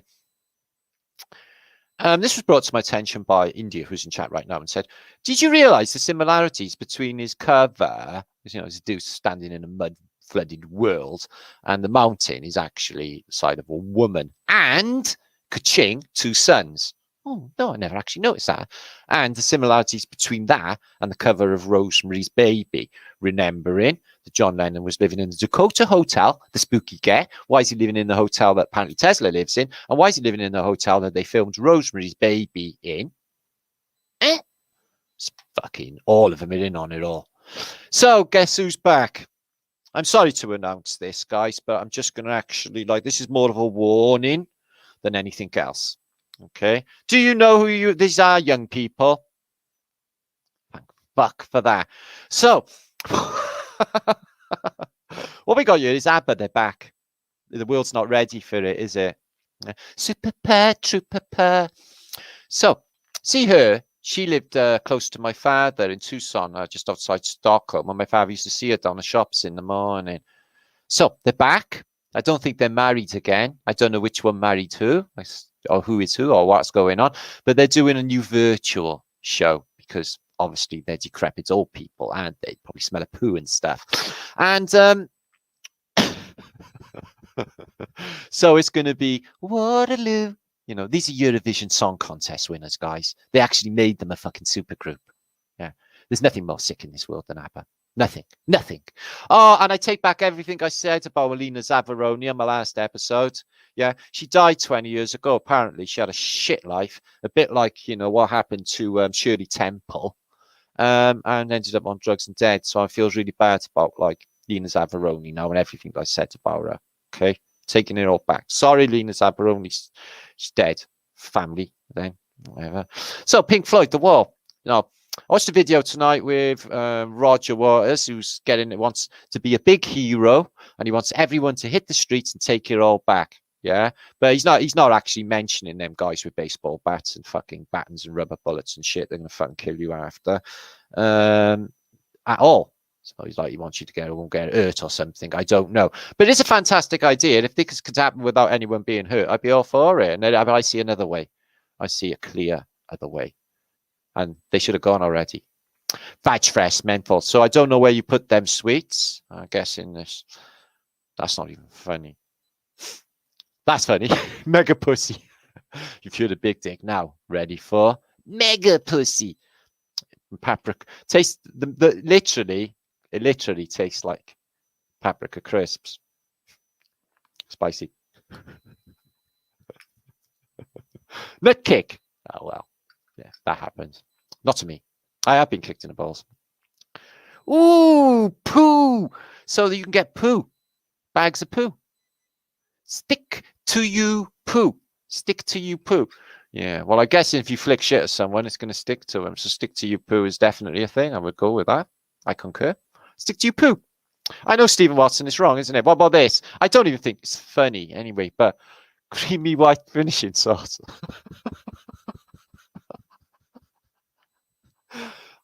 That's not even funny. I don't know. Oh, dick milk. Dick milk. Dick milk. Ah, dick milk. That's a bit like that. Don't even worry. I think they're on about sticky white love piss. Sinful stuff. Yeah. So the bitch. You come home from the hairdressers, rubbing my face in it about your fucking curly Q, how much you spent, and wait till you fall asleep, fucking having it all off. So either that's happened, it looks like she's going to have a slice of his or her hair or whatever's going to happen. I don't think it's going to be good because she's got a sword in her hand and he's in bed at night. Yeah. I don't know. It's up to interpretation. That's right, Tom. She's your mother. You go first. Sorry, Lady Burke polite. It's only polite. Yeah. Anyway. Oh shit, that's my cum sock. Yes. I know you should never, ever, ever. No, I have told you about this on other posts that obviously men obviously do not have cum socks. That's a ridiculous notion, and you know that should just be taken back. But in this case, it's a reality, and he just put it on. So he's got like crispy walk. Crispy cum sock. Breaking news. Shame shit. Different day. Yeah, we already know. Bert the Burke. Oh, he's my favourite of all the ever Muppets. Is Swedish chef. Isn't it funny? The only scientist Beaker on the Muppets has got orange hair. It's the only scientist that's got orange hair. Beaker, who I do like, by the way. Beaker is good, but he's not as good as Verdi Burke. Swedish shit. There's Beaker. I love you, Beaker. Apparently applied for a part-time job at a mental hospital. Now I'm there full-time and they won't let me leave. Yeah, it happened to me once. Sorry, they let me out on Wednesday's day release. I was too nuts for them. Oh, isn't he cute? He's orange. I'm wanty, not needy. Huge fucking difference. Now, there is a huge difference. You know, some people, they don't need stuff or things, but they might want stuff or things. It's a huge fucking difference. This is not aimed at anyone in particular. Merry Christmas by the Burgurions. Now, this is a little bit of an awkward Christmas card, isn't it? Is there anything that we can spot wrong with this Christmas card? I'll give you a clue. Everything is wrong with this Christmas card. Why is his head shiny? Why has she got a wig on? Why has she got a tattoo there of a bunny rabbit? Yeah. And the two poor little children that probably grew up into basically singers or something. I'm writing a letter to Daddy while they're stabbing you in the face. You know how they do when they grow up. Well, maybe that's just me. Rosemary's Baby. And it's like they got the little devil's baby push chair. So that's like Satan with his little hoofy woofies. Who is John Lennon. And he's got like Yoko Ono, Wash Yellow and Lives Off Beatles. Yoko Ono in the background. So yeah, he lives in the same house and he's copying the same mind games, or Brian games, we call them on Flat Earth British. Yeah, definitely a quinky dink there. And I don't believe in quinky dinks. The guy is devil worshipper and he's probably like child killer, fucking everything else. Or one of them was. Now, let's destroy some history, okay? Now, I'll show you this. You're probably, if you've been following Flat Earth British for a number of years, you may have seen this before, but there are 2 or 3 of them. And they're Mundus Subterraneous by Kirster. Kirster is around at this period, I-664, 2 years prior to the reset of 1666. So what they show is a ball with a serpent, active charge, and some sort of chain coming down on some sort of orb, which isn't actually an orb because none of them maps on there are anything to do with this place, because that's not a map of Earth. There's nowhere on the Earth in this place looks like that. Now, sphere, okay, or hemisphere to be more exact. The word hema or hem is Greek for half. So the word hemisphere is half of a globe. So if you imagine the orb, okay, and inside the orb here is the inertia plane and the dome above us and wherever Tartarus or whatever's below us. And outside of there, others. And I really do think going up is the way. Look, she's got one of those orbs. So yeah, it's all about like basically alchemy. And, you know, with alchemy, it's, you know, changing base metals in the into gold is their main turn on. And But there's a lot more to it, isn't there? It's all about the distillation process. And why is that so important at this period? You know, something going on with the water. And this guy Kirschner, he basically, it's like almost as if he's documenting all of the stuff they found after the Great Reset. Okay, so Giganticus is this big, and then they come down, down, down, and now this is where we are now. This is where man is now, the fall of man, which is tiny little fucking things. So maybe the giants this big lived in that previous world just before us. So he does the internals of volcanoes almost as if there's something else. This is Vesuvius. And for some reason, in some volcanoes, he turns them into machines.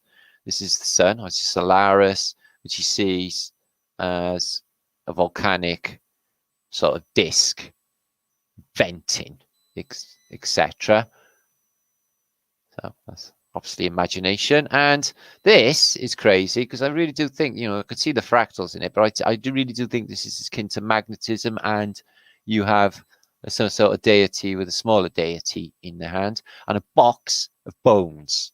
Box of bones.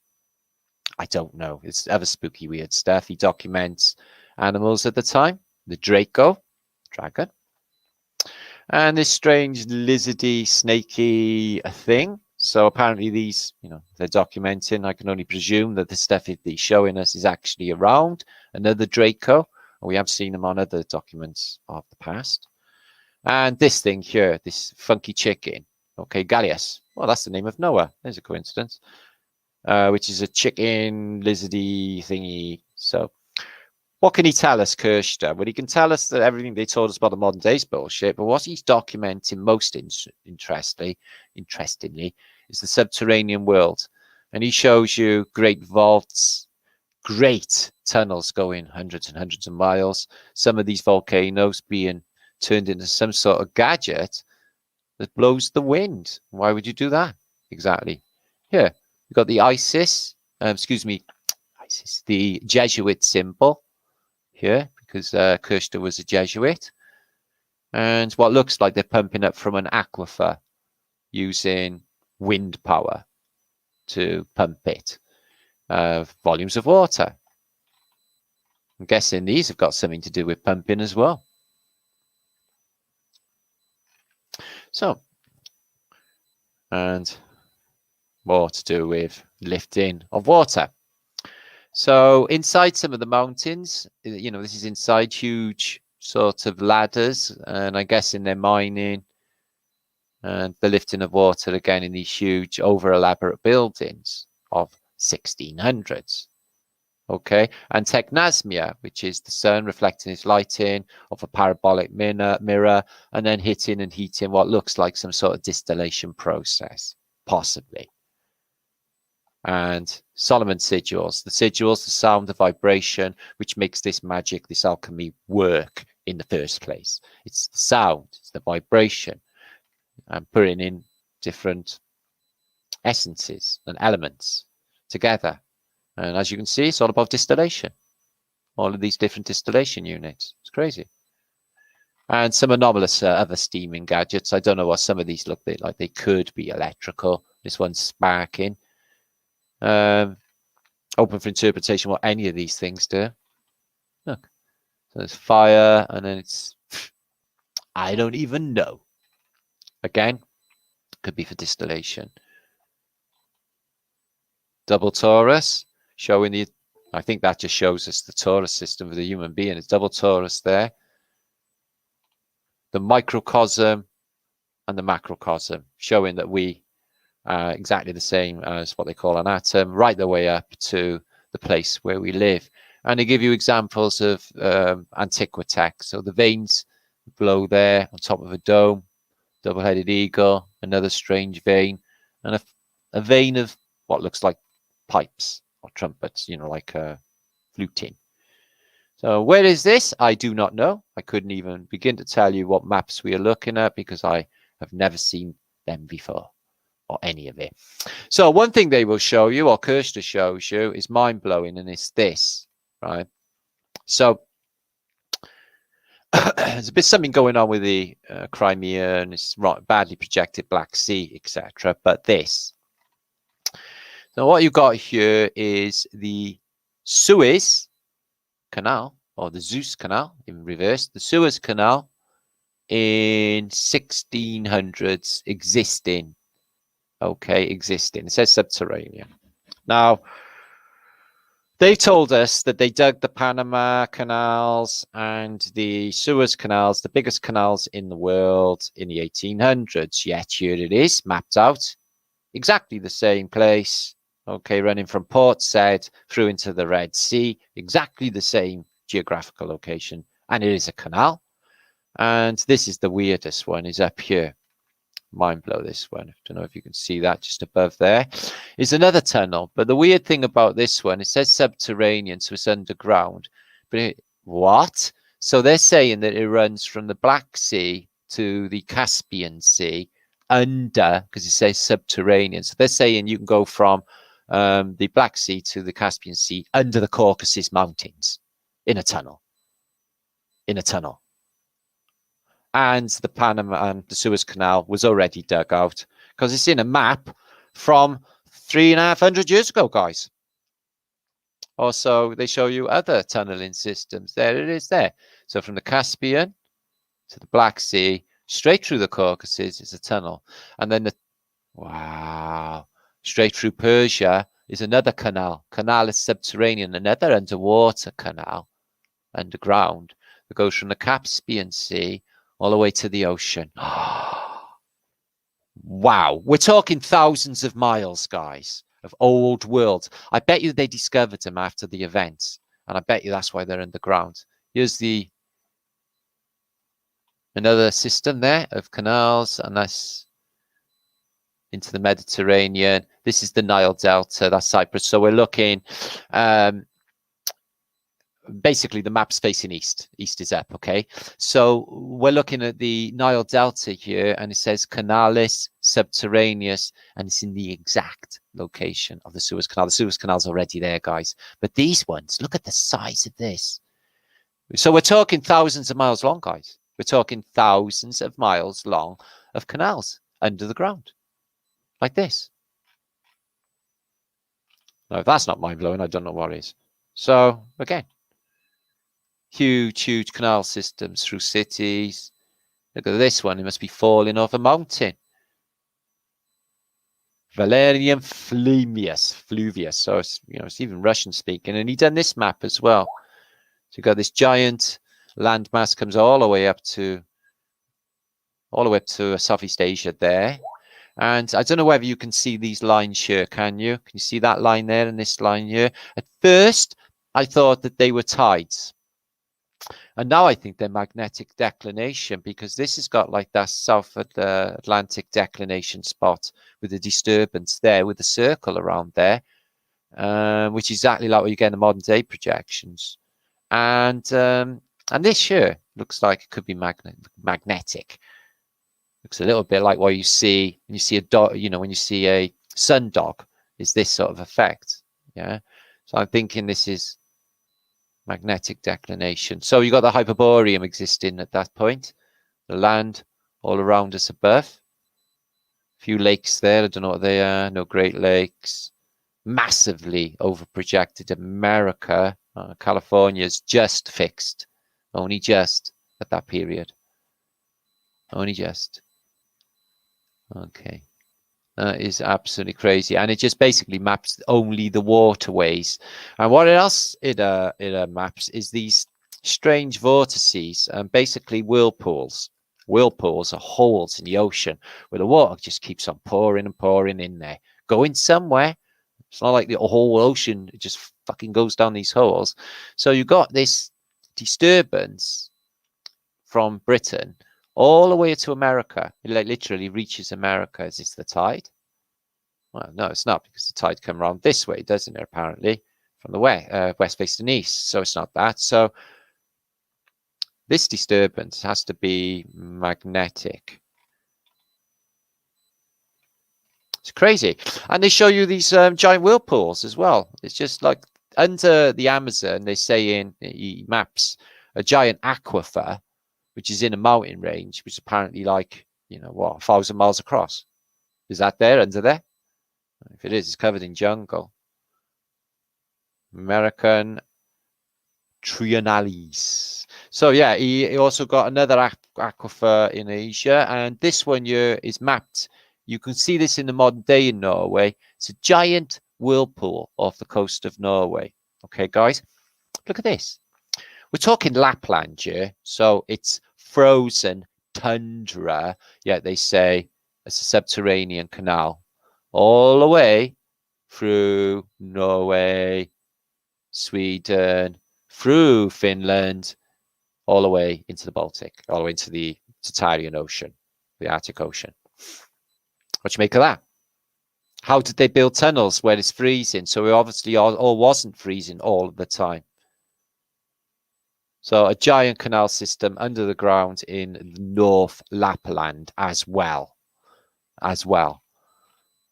So you get more elaborate maps from him. This is one of the more complicated, not too more complicated, but it's Rome and all of the aquifers and water systems for what was supposed to have fell 2,000 years ago. And this is mad, right? So the whole world's mud flooded, as you can see.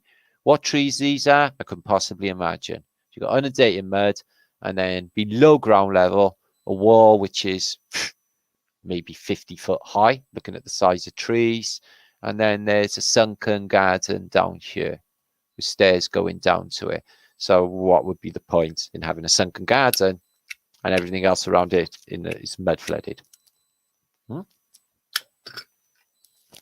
Crazy, isn't it? And he documents the Roman world. In this case, we have Zeusage, who's a giant by the looks of him, because he's a damn sight bigger than everyone else here. We'll bring in offerings.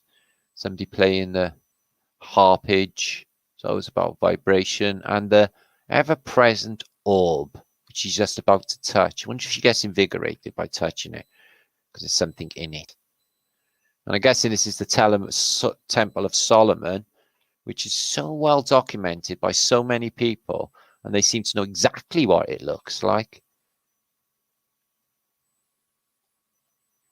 So it's not bigger, but it just seems little snippets of boats and animals and things to do with antiquity. It's a bit of a messy shot, that. So yeah, there are a few Kirchner books. I can put a couple in descriptions box. So these tunnel systems, there's one that goes right the way through Sicily. Right the way through Sicily. Look, there's Mount Etna. So it's north of Etna, subterranean canal, and it goes right the way through, and it comes out down by, I guess, Palermo, which is there. Nothing going on? Why is it mapped? Why is there so much attention to these things if they weren't there? And he maps Nineveh, and Babylon like they were there. Look, Babylon with the Phoenicians in the classical world, giant architecture. Yeah, this is supposed to be Babylon. Yeah, it looks like some of the stuff we see today. And the towers of Babel and Nineveh. Okay, in these giant enclosures, I would say, not in ancient times. I would say in recent times, I would say that these things are left over in America. So maybe they tried to go knocking at the door up there, the window, and this is how they did it. And look at this, it's a corkscrew effect. That has to be something to do with that, with the mechanism. Looks like a helter-skelter. Helter-skelter. Doo-doo. So they've all got doors, each level.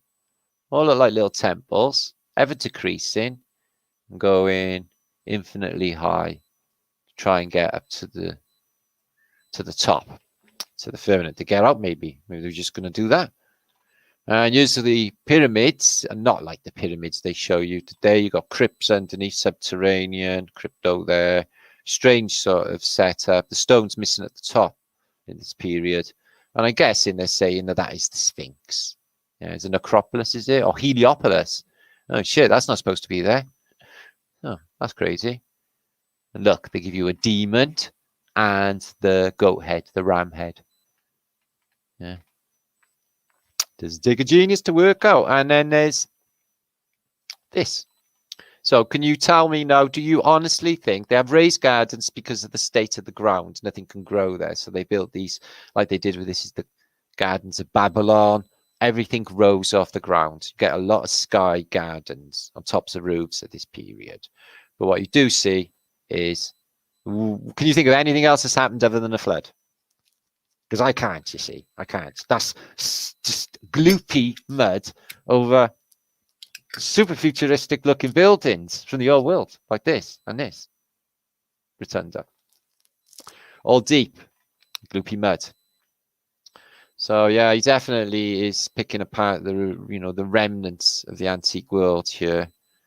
So Archerius, I'm not sure if this is the start of the Tower of Babel. Could well be. Babel.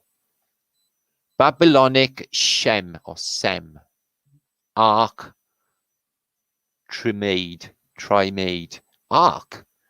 Ark. It says Ark, guys. It says Ark. Yeah, it's a building. It does say Ark. Trying to get out of the way of the floodwaters. They knew it was coming because the vibration was so down. Is this what's going on, guys? What I mentioned with the sun? Is it that they get the vibration so low that we create the reset? The sun goes out. Well, it's gone from orange to like a LCD now, LED white light now, like it's lost all its power. And the vibration and, the whole world is like, they're all worried about bullshit, aren't they? This all dark times. It's like worse than worse than nuclear war out there for a lot of people. You should see the fear on some of their faces still. Yeah. Is it the case that when they drop our vibration to an extent that we bring the reset in for them, we make the sun go out, we make the apocalyptic events for them, and they make us do it? Is that how they do it? Because I got a sneaking suspicion this is how it's done, guys. I think we do it for them. I don't think they got any fucking power of manifestation in this realm. They rely on us to do it for them. And they pray that we never wake up to this fact. That's what goes on here.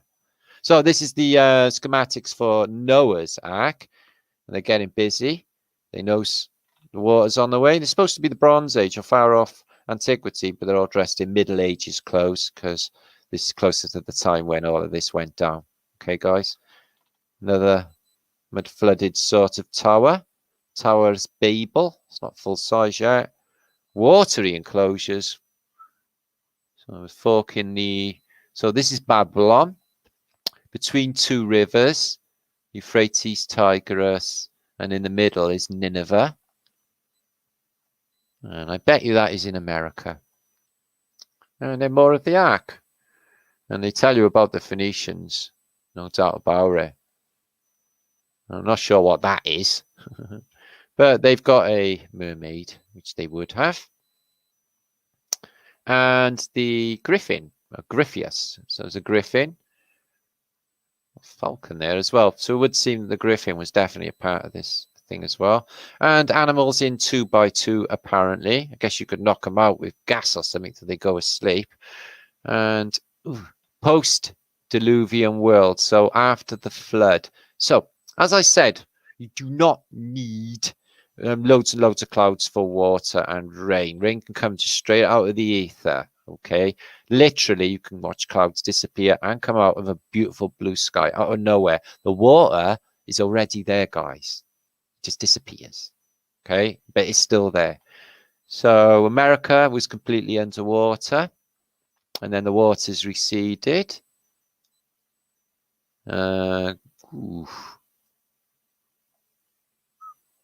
Tartaria there. Tartaria is there. India, so definitely Tartaria on that map.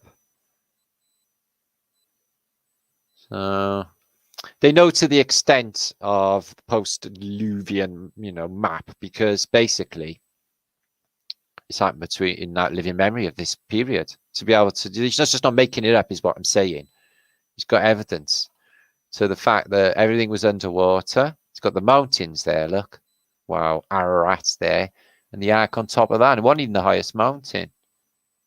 Wow. And then it started to float. And then it came down on top of the same mountain. Didn't it get carried away in the tides? It's really weird. And then everyone gets left out and to replenish the world with critters. I bet loads got missing. Feels real. So yeah, here it is. Tower of Babel looking like It's to do with sound, vibration. It looks like it's a giant speaker. It looks like it's an air conditioning system. It's up in the clouds. It's so high. But definitely, no doubt about it, a corkscrew effect. Giant cylindrical windows. What the hell in antiquity has got windows as big as that, guys? Whole thing's is a gadget. It was either to get away from the waters, or I think they were trying to get up to the dome to get out that way. So this week, this got posted. I thought it was interesting because of what we talk about. And why would they tell everyone at the moment? So this was in the BBC News this week. Greenland Island, the world's northmost island, say scientists. Since fucking when?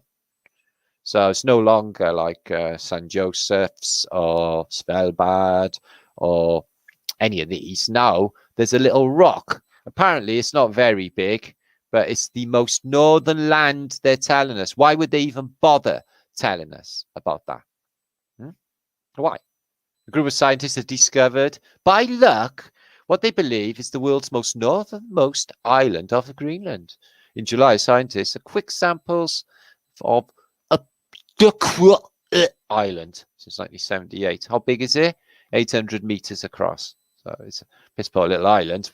Why would we even care? And why would they be telling us? Nothing further north then. Is there BBC? You know, you have been known for telling porcupines. So they're telling us about that. Anyway, loads of you mentioned this.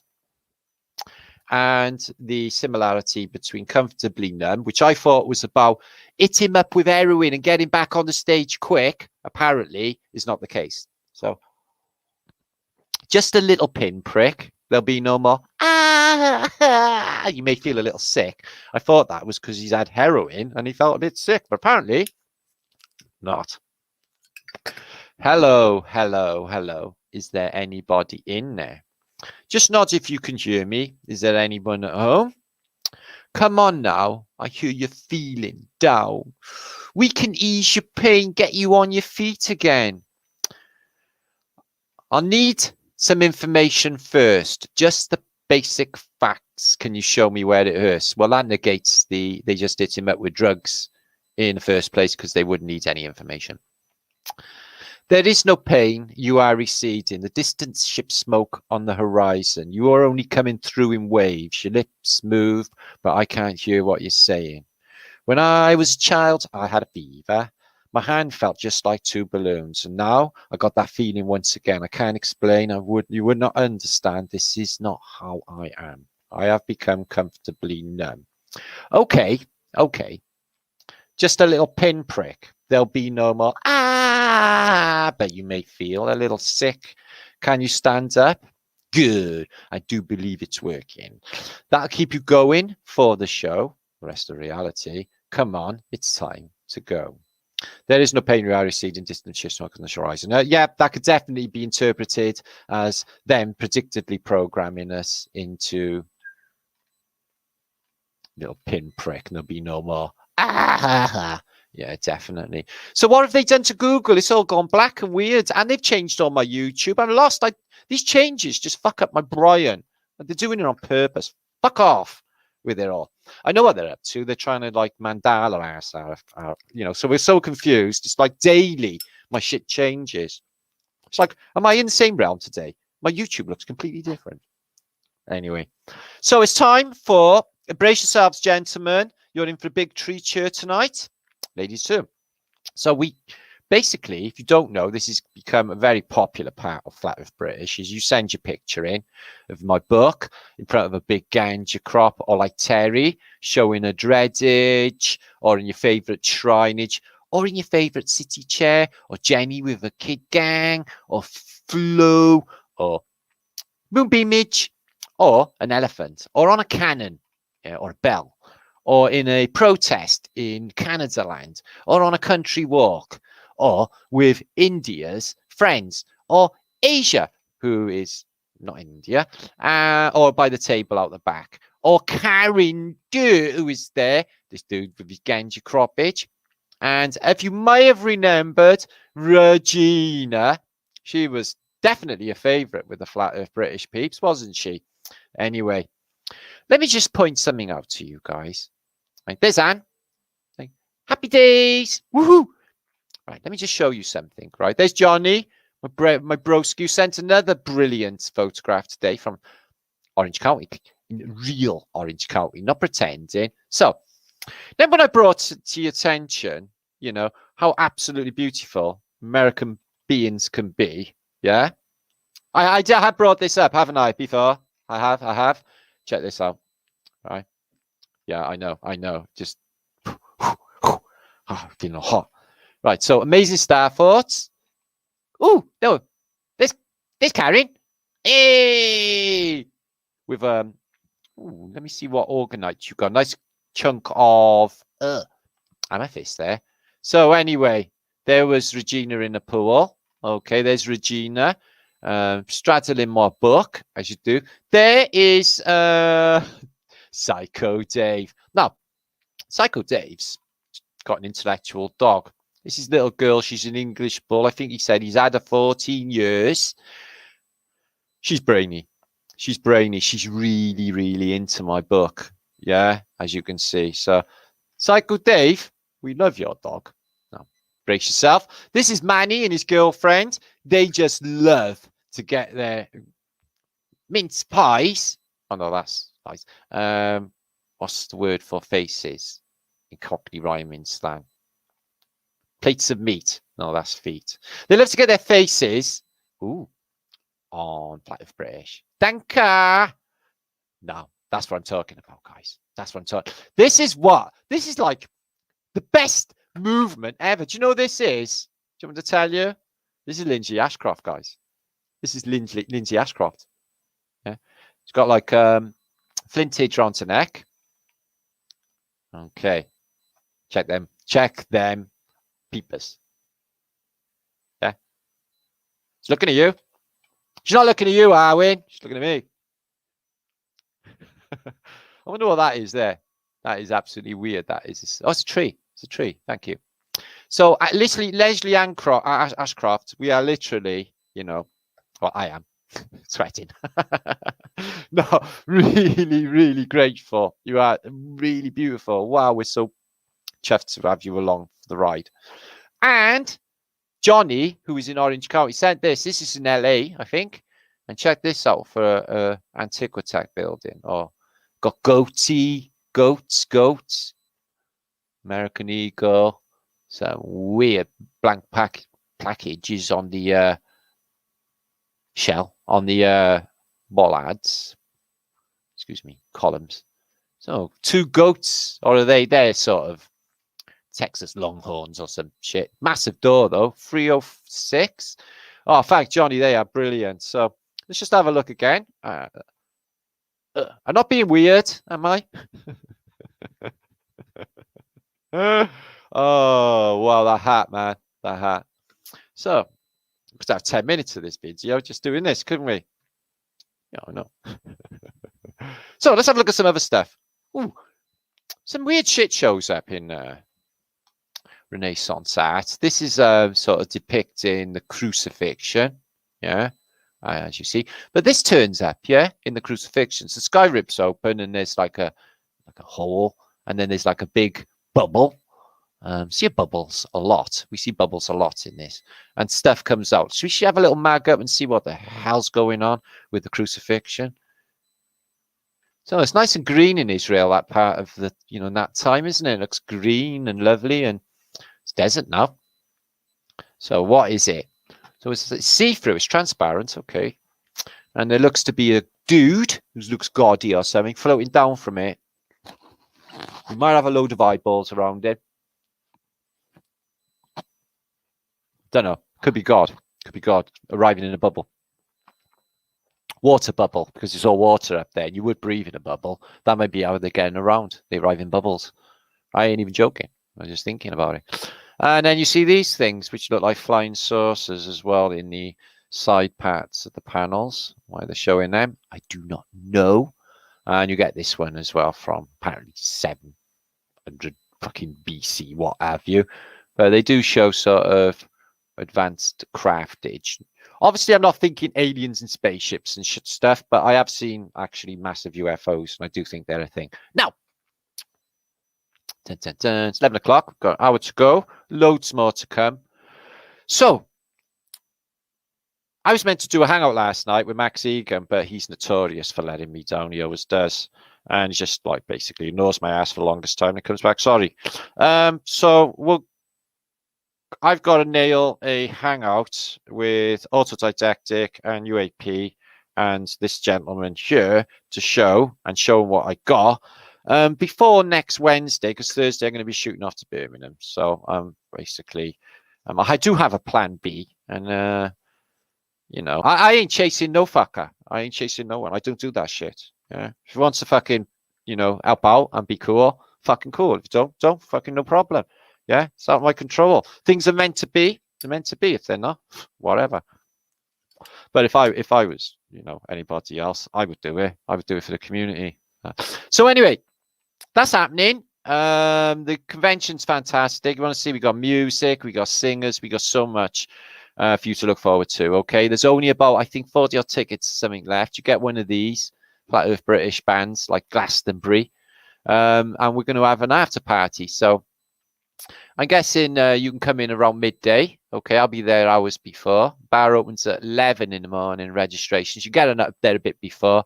I will be going live and stuff and just greeting everyone, and you know, it'll be a fantastic time. And I'll be introduce everything. I'll be MC, keep the things light, keep everyone in the atmosphere of you're at home now, because it's basically you're going to be feeling that you are at home. When have you ever been around this many people who are exactly like you? Think about it. You know, we got to deal with them crazy motherfuckers out there, and they're all fucking, you know, masked and stupid, aren't they? You know the score. So it's going to be really fucking cool. So Flat Earth British community, that's me. Dave, allegedly Dave, is going to be speaking, and Good Vibrations podcast, Mark Devlin, Epic Mark, is going to be doing a talk on music trivia, music, you know, coding, etc. In the music industry. And then lovely Jada, who's definitely up for it, and Tatarian panel, which is our round table, which is only about 40 minutes of some sort of interview that I'll sort out in the next few days. Max Egan. But anyway, all of this time is going to be filled. We've got singers. I got a reggae artist coming in to do a bit of strumming. I got somebody else to sing for you, and other stuff happening as well. A few surprises for you all, which I haven't even told anybody yet. But it's going to be good, because I will make it good. Martin Leaker, Campbell Purvis, Douglas's UAP, entertainment after party. Lisa's doing a song, and she does a bit of poem on Tatari and stuff. So yeah, it's a full night for 25 quid, including a massive load of food. Also, a vegan buffet will be laid on as well. So yeah, stacks of food, stacks of drinks, stacks of entertainment. Fucking fantastic day out for 20 odd quid, eh, guys? So there's only a few tickets left. As I said, if you missed this one, I'm doing another one for Truth Juice in October. Yeah, and I'll give you all a heads up on that when it arrives. So David Weiss, my old broski from time back, is doing the Flat Earth Clock app. If you don't know about it, now what he's doing is he's got an app, but it's being like, it's got bugs in it. And what it's to do with is you can check out another flat earther anywhere else on a map. So if you sat at home, twiddling your thumbs, thinking, oh, fuck me, I got no one to talk to, I'm really pissed off. It'd be lovely to have someone awake sat you to have a spliff with. Then you'd open up your app on your phone and it'll show you wherever another truther is, like literally miles from your home. So you can talk to them on the phone, or you can literally go meet them or what have you.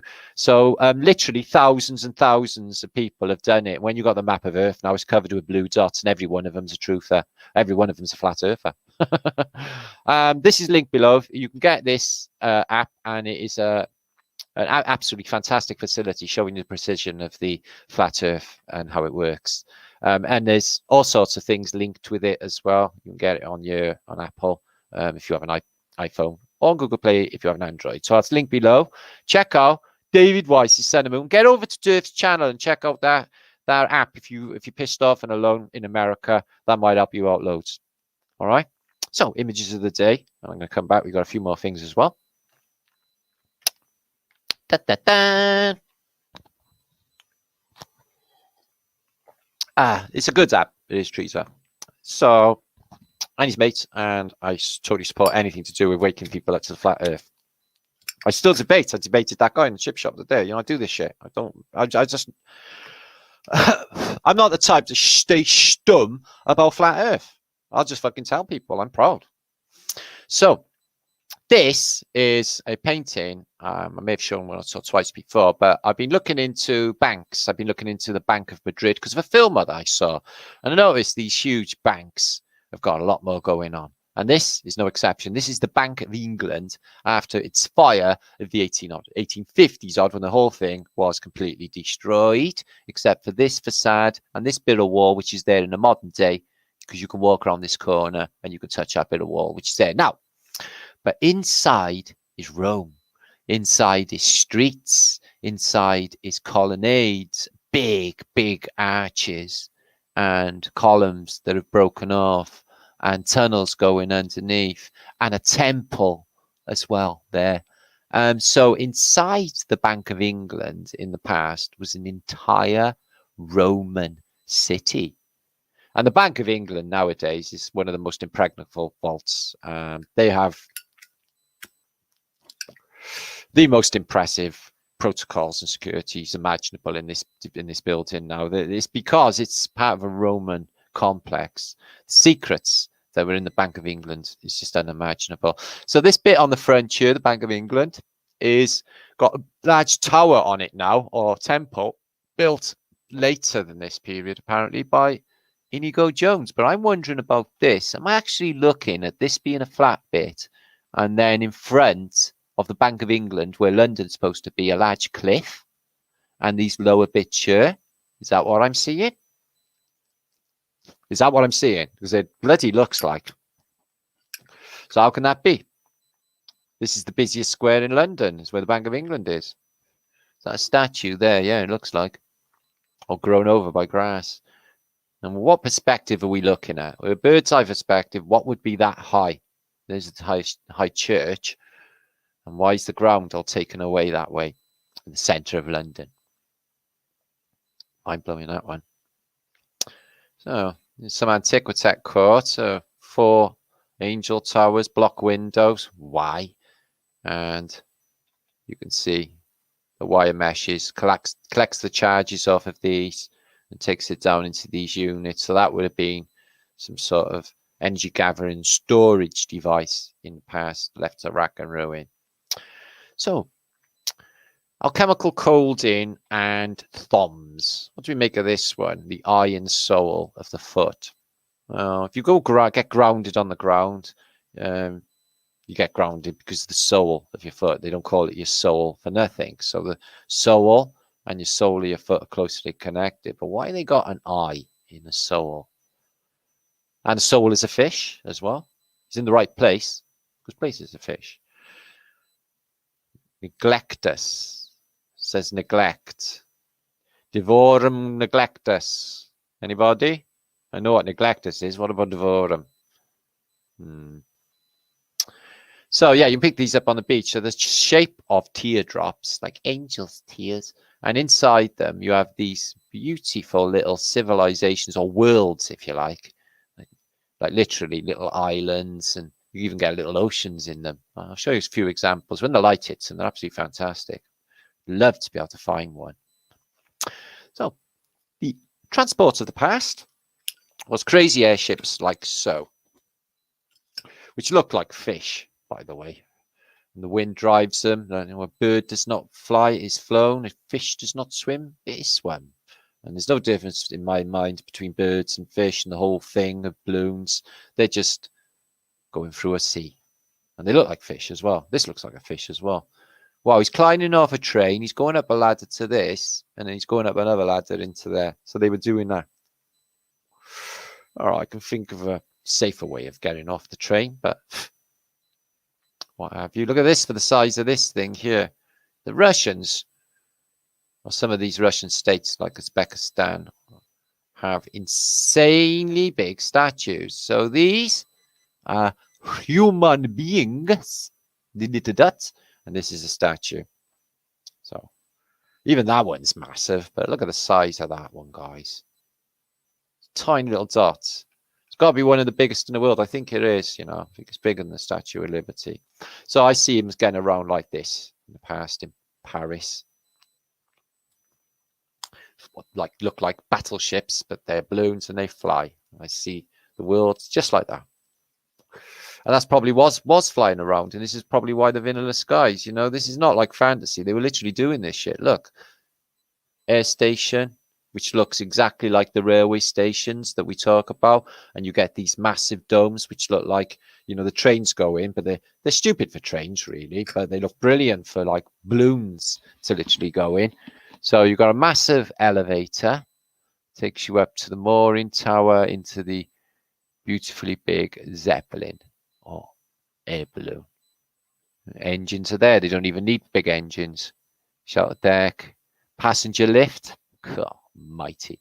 Yeah, so a lot of these stations, I think, were mooring stations, as well as these buildings without bells, belfries for docking these things, just like these towers, basically.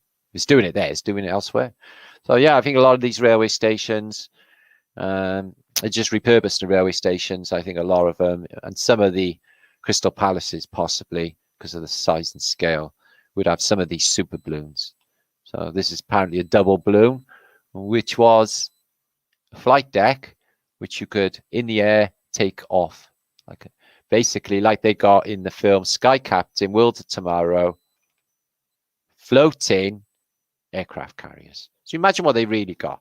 The military got secrets, you know, they don't tell us shit about shit. So imagine they tell us what they haven't got. So they'll say, oh, we got loads of nukes, we can destroy the world. So they haven't got any of that at all. They've got electromagnetic technologies, like Fache's technologies. Look at the size of that for a statue then, guys. Genghis Khan. And it's on some sort of massive building. Look at the size of Genghis. Looks a bit robotic though, don't it? Wow, it's massive though. Genghis, Kingus, the Tartarian. So yeah, in Vietnam, right? If you was a member of the Viet Cong womanage, yeah, this is how you do an operation. You don't see them grumbling. I hear people grumbling about the stupidest shit to me all the time, and I'm like, well, actually, you should live how I live. In fact, be grateful. Be grateful you're not in agony, or a Vietnam nurse standing in swamp, you know, trying to patch young men together. In this case, a boy in Viet Cong. Here's a nice couple. So let's have a little think about them, shall we? Because we all, like in Britain, probably everywhere in the world, we all work for them. We toil and sweat our whole lives away. We get bullied like fuck by the tax man to give it to these people to buy shit like that. Right? Like they fucking need it. Okay, nice flowers. Oh, I didn't know the Queen had a Labrador. And what are these? These are not corgis. These are two black Labradors. I'm thinking they've done something to the corgis, you know. I haven't done anything to the corgis. They're Welsh, aren't they, Queenie? And as we know, you don't really like the Welsh, do you? I have. I've been there once. It was really, really nice. Look at the lower windows on Balmoral. And that tower, probably the top of a tower, because it's top heavy, is like, where's the rest? And Balmoral, look. All the lower windows. Mud floodage. It's a castle anyway, isn't it? So, yeah, he's dead. Okay, you won't be touching up any more people at all. Or eating any more people on the beach or whatever they do. I don't know. He's probably just still alive. He's probably watching Flat Earth British as we speak. Flat thumbs, kingy thumbs. Here's the Pope going to blow smoke. Well, basically, Muslims' asses, because this is what the Catholics do, don't they? They just suck up anywhere they fucking go. Well, what denomination are you? Oh, I'm Church of England Protestant. Oh, that's okay. We understand. So, what a load of wank religion is. Big wank on religion. I like this photo. It's a Turkish guy. He's selling like finery. He's got like shell, china and stuff. But look at his little box. What he's carrying his wares around in. So we've got some juice in here. Don't know what it is. And the other side to weigh it up, he's got a nice carriage clock. Bells on top. Look at these. Little bells. all the way around it. Wonder if there's more this tech going on. That's just a carrying box. But, you know, why the bells? So they ring when you know when he's coming? Maybe. Oh, he's feeding his little sister. It's lovely. And that's in Turkey, obviously. Why do they all wear fezzes in Turkey anyway? Why do the Freemasons wear them? So, yeah, I like that box. I don't know what's going on with it. Right, let's look at Miss Turkey in the past, see if she was lovely. Okay, well, they're not like the Miss Turkeys of the 1970s. She's actually got clothes on. I want to save the world, and I believe in world peace. Anything else to say? No, that's it. So that's usually what they do before Morley gets hold of them. So yeah, she's Turkish. She looks different. She doesn't look anything like the modern day Miss Turkeys, obviously. But nice enough. So is this how the Phoenicians arrived?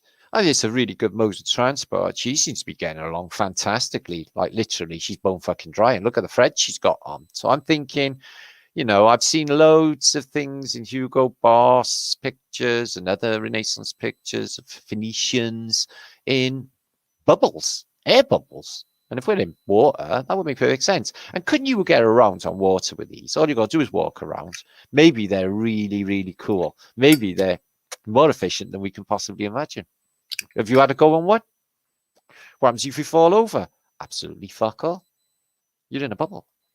So I think that's good. I think we should maybe, not me because I'm not a good swimmer, but maybe you should go and try that out. One of you, not me. Anyway. So this is the state of aerial bombing of the Allies on Normandy prior to D-Day. So if you was accidentally in the fighting zone on the front of, say, near Cannes or something, you would have been absolutely bombed the fuck out of and obliterated, and everybody would have been killed. They did get ample notice, but fuckloads of French got killed.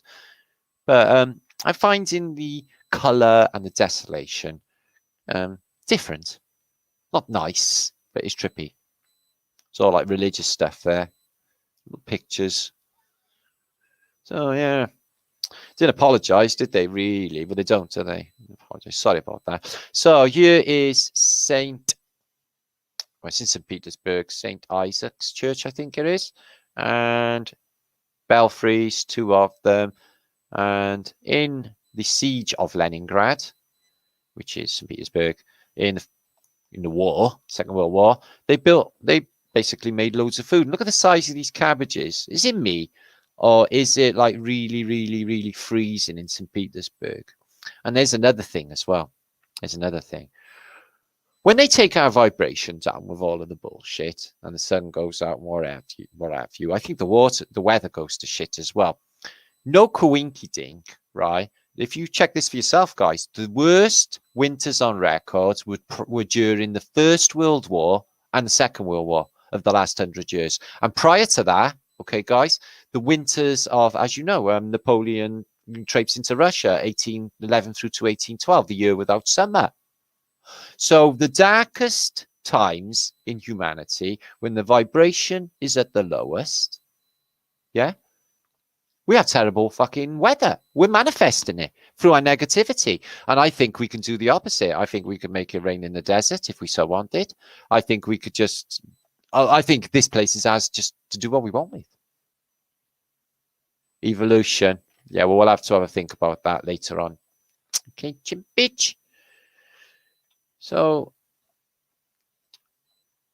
orphans. And what I've noticed about, there's something going on, as I mentioned, about with the blood. And they're looking for someone. They're looking for a certain, maybe DNA or a certain blood type. And there's definitely something going on with the RHs. Now I know it. And not only that, there's something going on with the blondes. Now, I don't know if it's to do with the Aryans and all of that was going on and all that caper, but there's people that go missing in these American parks, isn't there? You know, like the ones in that Japanese park.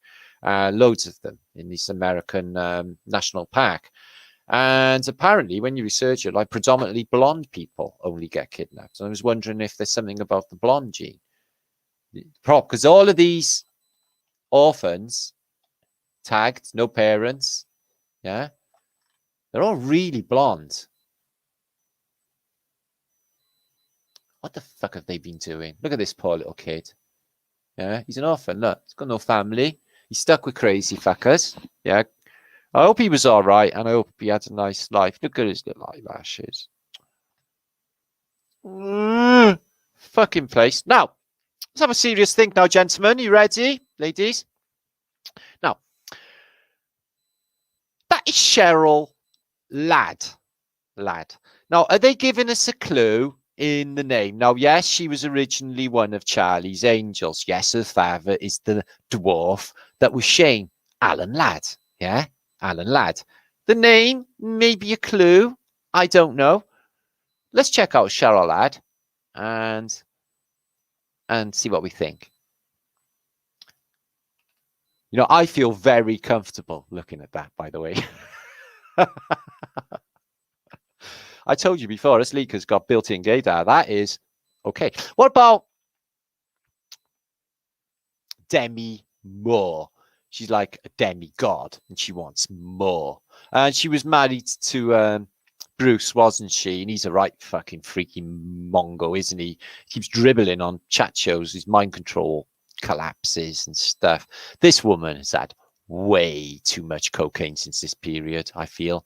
So Demi Moore, one of the Brat Pack, yeah, went out with all, you know, went around with all of that Brat Packy people, the Milioti, Estevez, and all of that gang. They were all a gang of Hollywood dicks, literally.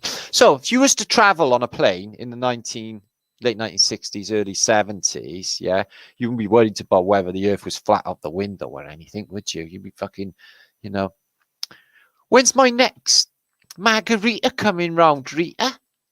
Actually, they're not that nice, but the clothes are really fantastic. And if you was like, you know, to have anything on the plane. Now, more Spice Girls trivia. We can learn a lot about this. Okay. Charles was a big fan. Yes, I can see what you mean. I can see what you mean, ladies. But let me just ask you, what exactly is a zigga-zigga? I don't know what a zigga-zigga is. I got a sneaky suspicion, but I don't really want to know anyway. Okay, so don't bother telling me. Okay, so she's poking her tongue out and putting two fingers up. Sporty Spice. She's putting two fingers up. Emma's fucking right up here. Minchy, look at Emma. It's like, me and you, old friend. He's like, get your fucking hand off me. And Bex, well, I don't know. I don't know what to say about her. Apparently, her hooligan son, who's Brooklyn, not that I read any trivia or anything, apparently, he's a bit of a bastard. I don't know why. All their millions would have made him a brilliant person. Just because you brought in a silver spoon in your mouth doesn't make you a complete cunt. Only in most cases. So, this is Times Square in the early 1900s. And they got on with that advertising stuff way early in Times Square. So this is like Broadway down here, obviously. That's that corner. And there's big screens here now today, isn't it? So they had the idea back in the day. Follies of the day. Ziegfeld Follies. They was a load of dancing chicks. If you don't know about them, yeah, it's good. Went into that. So not, you know, some things don't change. They're selling corsets, talcum powder. It's weird, that gantry there. It's like a diner or something. Maybe that goes down. Looks like that goes down. So, New York, so good they named it twice. I love it. Right. This is also something we should study in a historical context also. Is how many times have you gone over a cronky old steel bridge, yeah, and there being like a lady sat there on the rails, yeah? Not that often, is there? And if she was, you know, obviously people would be thinking, is she a working girl? And he's thinking, why hasn't she got a bra on? I better go and tell Mavis about this. So here's a bunch of old transvestites. Like, no, I mean the Rolling Stones in 1969. Right. My commiserations, and I do feel really bad for a split second. Nice mud flood window for Charlie Watts. Yeah, he's not no more. No, he tumbled off this mortal coil into wherever devil worshipping, baby eating rock stars end up. I'm not sure. He was a Cockney geezer. He seemed all right. And Bill Wyman, he just ends up a paedophile later on, going out with 14-year-old girls or something. Mick Jagger, he hasn't changed a day. And Ronnie, he's going to fall off a stage, smack his face in front of YouTube, looking right, fucking goofy numpty. And the other one, I can't even be bothered. Is that Brian Jones? Yeah, he's soon to be dead. Don't even worry about it. Now, 10 points. How many of you are watching? I hope it's more than 5.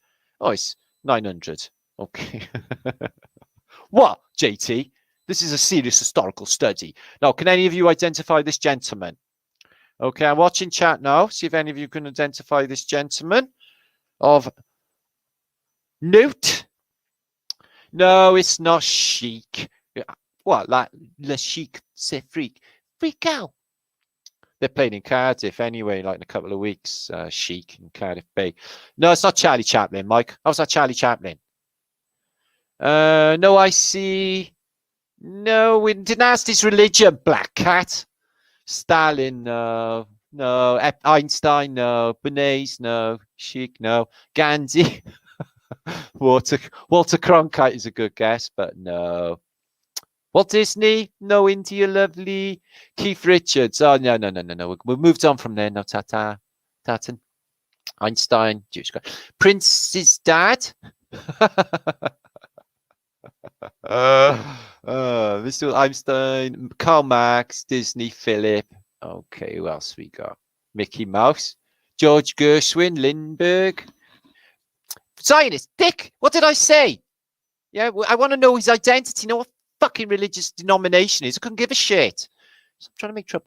Magpie, King Goose and Snoogles, Benny Goodman. No. Right, I'm going to have to give you a clue. Okay, I have to give you a clue. He's a famous film director. This is my clue. Any closer?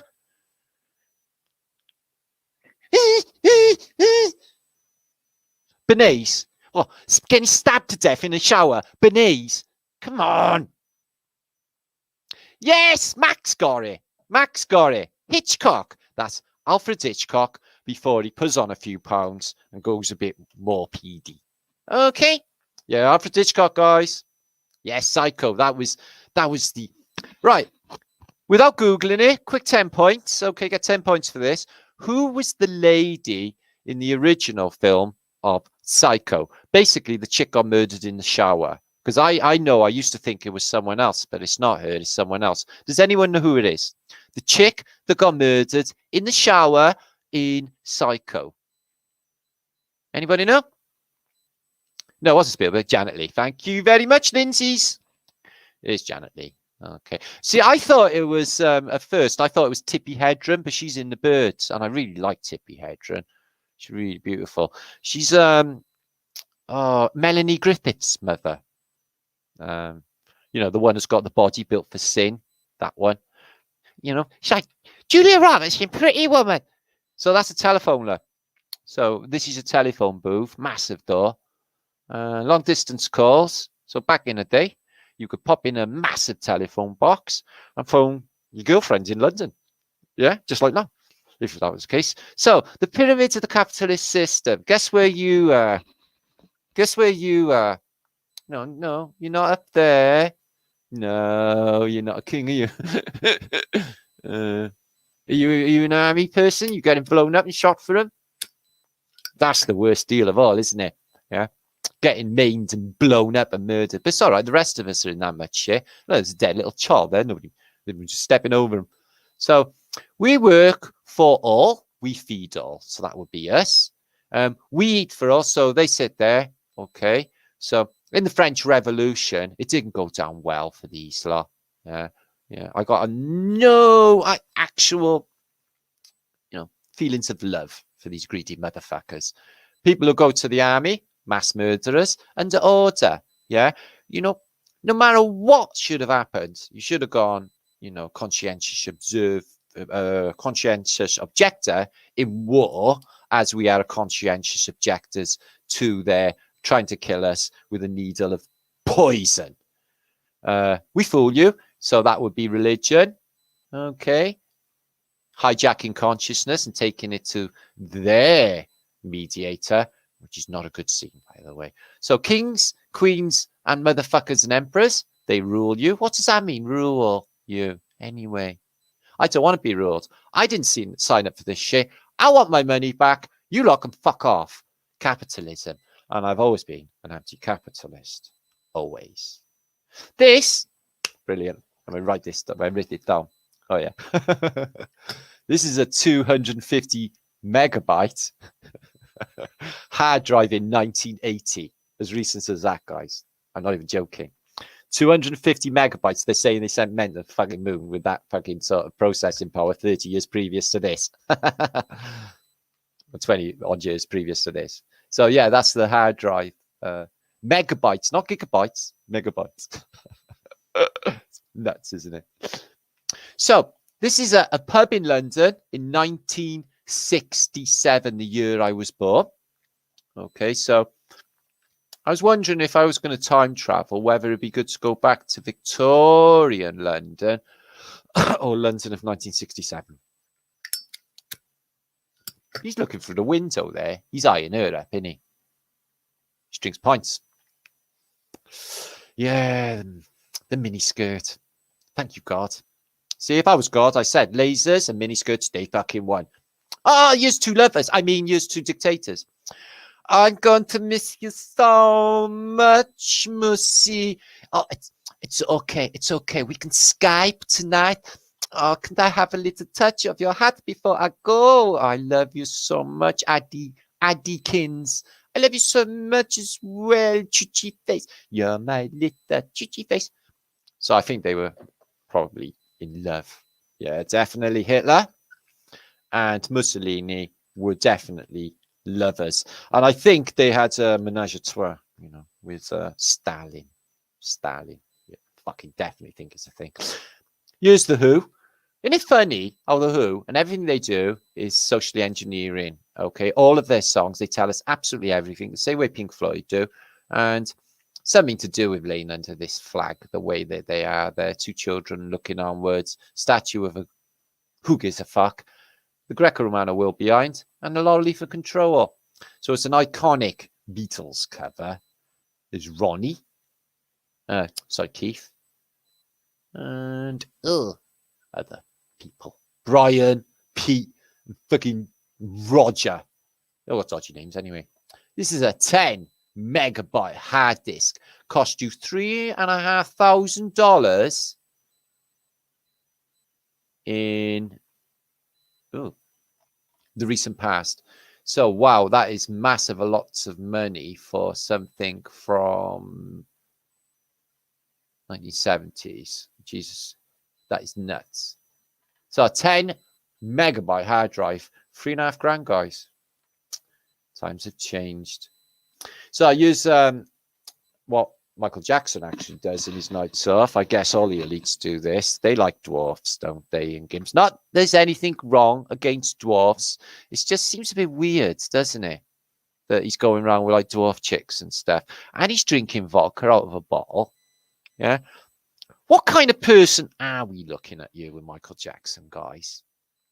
No, really. Yeah. Some, you know, Earth Song, I'm sort of feeling that he exposed history, and then he's going around with weird little dwarf chicks. Gets worse. I'll show you later. So who are these two? Come on then, let's have a votage. Come on, 925. You share this out. I've got some loads more to come. Who's it? Who's it? Who's this lovely, pretty couple? Come on. Anybody? Pretty couple. Identity or pretty couple? Not pretty couple. Yes. Red Admiral's fucking good at this game. Bonnie and Clyde, soon to do the machine gun dance. I reckon she's not bad looking, but like Faye Dunaway was definitely better. There they are. That gun is going to be full of holes in the future. Isn't it funny how they got a photograph in there? Everything like is set up. And she got glasses on. Looks nothing like that cute other girl. So, this is Jackson back in the day. Looks like he was way ahead of the rest of the game, wasn't it? What's the matter with his eyes? Are they even real? It's weird, his eyes, isn't they? Anyway, so yeah, Michael Jackson, he had a thing about germs for years. So maybe they told him there was going to be like a pandemic or something. Because like he had rubber gloves on, he lived like Howard Hughes, you know, no germs, hermetically sealed rooms, all that weird shit. And he wore face masks as well. Do you remember? Yeah, he fucking knew something, all right. So this is a picture of Marilyn Monroe, right? Let's inspect this picture. It looks like a fresh peach. It's just what we picked from a tree. So she did a lot of photographs like this before she was really, really famous. In fact, she had an interesting little career in movies prior to her career in movies. It's bad what they say about her. I don't actually know if she is like sort of what they say. Looking at that again, no alarm bells ringing at all. I just sense fresh peaches. This is a hospital or a children's hospital in Pripyat outside of Chernobyl, which is completely and utterly occupiable, by the way. We should make that all re-inhabited. I think they were hiding something. So yeah, they moved everyone, just like everyone get up and out. So why did they have so many children in Pripyat in this children's home? Yeah, it's weird, isn't it? Looks like the cover to Pink Floyd's Delicate Sound of Thunder. Look at this. Flooded forest. Trees, grass, walls, paths. Happens in loads of places, I guess, in like the Bayou and Louisiana and stuff, guess this sort of thing. But in this case, it's like the trees still grow, the grass still grows, and the paths are still there. It's like literally an underwater world. It's fabulous, isn't it? MK Ultra says CMR. Oh, for sure. Don't talk about that. Right, mind control freak. They all are. Excuse me. So, yeah, a little bridge. And the grass still grows and it's all underwater. It's crazy. But kelp is like literally off the bottom of the ocean all the way to the top. It can be like literally like hundreds and hundreds of feet high can kelp, seagrass, to the surface. So, yeah, you get forests literally living under the water. Here's Ronnie. He's like, oh, I think I'm in with a shot here. He's thinking in his mind. So, hello, Diana. I said it right. Diana's thinking, oh yes, hey Ronnie, another horny president. You got no chance, mate. I know what you're thinking. Marilyn Monroe, JFK. Happy birthday to you. Not gonna happen, love. And then she got killed then because she would give Ronnie a happy birthday. So the Chinese again. Yeah, sorry to moan about the Chinese guys, right, guys? Yeah, but they have got epic levels of fucking stupid. No, they have. And China might not even be a place anyway. Okay, it could be somewhere completely different. Anyway, I think they're lying about the whole fucking thing. Okay, what can we actually establish about China? Dickle. So yeah, they had somebody to go and take that around a mountain. Oh yeah. That makes perfect sense. Yeah, what you're doing today, well, I'm going to walk across 3 really thin boards, probably in flip-flops, because they're nice and safe for climbing, and probably trousers a little bit too long, so I can trip up and fall down that ravine and die, smashed on the rocks. Yeah, it's really stupid. I'm just saying, just pointing this out, how ridiculous they think stupidly. So this is a building, I'm taking it in New York City. That tree has grown that big. Is that what you're telling me? At first, I was just staring at that picture, thinking, what am I looking at? But it's like a giant tree as high as 1, 2, 3, 4, 5, 6, 7, 8, 9, 10, 25-story building. Yeah, this must be a 50-story building. It's nearly to the top. How big is that tree? I bet it's not still there. It's massive, isn't it? Chicago balloon. It's not a balloon. It's a bloody tree. So what you see with Jacko, right, is every fucking photograph, you see hundreds of these, he's always hanging around with this Madonna. Now, Madonna, yeah, Or like in this photograph, she's gurning. She's all fucking chained. She's got the Marilyn Monroes, and she got a massive pair of fucking melons. You get to the modern day, she got a flat face like she's walked into an ironing fucking board, and no tits whatsoever. What happened? Is it the same match or not? So yeah, Jacko's like after he's finished with his dwarfs, he's always sniffing around her behind, isn't he? There's loads of them. There he is. So is that the same Madonna? There she is, like Vogue, and here she is, like a virgin. Touch for the look at his eyes, far apart. That's not even the same Jacko, is it? So he's touching her up as well. He's got his hand on her leg. It's like, and his hands around the back here. He's like always. They're all in the same sort of sexy gang, isn't it? Yeah, whatever they're doing. So yeah, that don't look like the same fucking Madonna. She looks like somebody you'd see down the post office queuing for a cash of gyro or something. Yeah, in her pajamas, smelly pajamas in the morning. Not that people cash gyros. There they are again. Different guys. Yeah. Look at him looking all fucking Salvador Dali. Ooh, I wish I had a dart. I could fucking top shot with a dart. So there's Jacko in another incantation when he's turned into a little girl.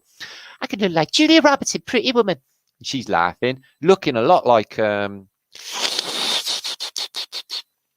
one with the Willie and the Fanny. What's her name? Lady Gaga. She don't even look like Madonna anymore. And look at the Nellies. They're gone. Yeah, just watch. I'm in love with a perfect stranger video of Madonna. Yeah. She got nothing going on. I don't even know what's happened. Do you have breast reductions? I don't think so, do you? I mean, there's a different Madonna going on. I'm really confused about the Madonnas. Anyway, and the Jackos. There's loads of Jackos, loads of Madonnas, loads of Magis, loads of Jackos. Fucking confusing old game this. Anyway, that was in Brighton once in the past. They had a SkyTrain thing on rails that went up and down the beach. I'm choking. Like so. In Brighton, they used to have a boat that's up in the air on rails that used to go up and down the beach. That little kid there, yeah, he got run over. It killed him. I don't know if that really happened. It might have, though. So let's have a look at some evidence of humans actually doing this rather than natural geology, because they do like really, really straight horizontal lines like scutching or some sort of machinery has cut this wall away. And this wall is one of the ones you go through this ravines to get to Petra in Jordan, by the way. And it really does seem as if the floor always gets me. There's something going on with the floor as well. So it goes a lot deeper. So these ravines to get through to Petra, and they just look like they're hewed out from machines. And look at this as well. Strange, weird stuff going on here. I don't think it's anything to do with geology. Geology's out the window, like evolution and everything else. It's like this. It's like the civilization just like literally been ripped out of the sea and pushed up on this island, which is Britain, probably. So yeah, that is not a natural geological formation, obviously, because there's a course of bricks running here and a wall here and here. That is a big crack. That could easily give way. That could fall in, then two boys could die. Don't worry about that. So yeah, that would have been some sort of castle or some sort of development, huge, high up there. So where's the rest of it? Yeah, I know. And this looks like, to my eyes, that this cliff face where the climbers are going up has been definitely melted. It has that look of being melted about it. You know, the way it drips and runs, like plastic milk bottles or plastic bread crates. If you've ever melted a bread crate, they have little like things go tew, tew, tew.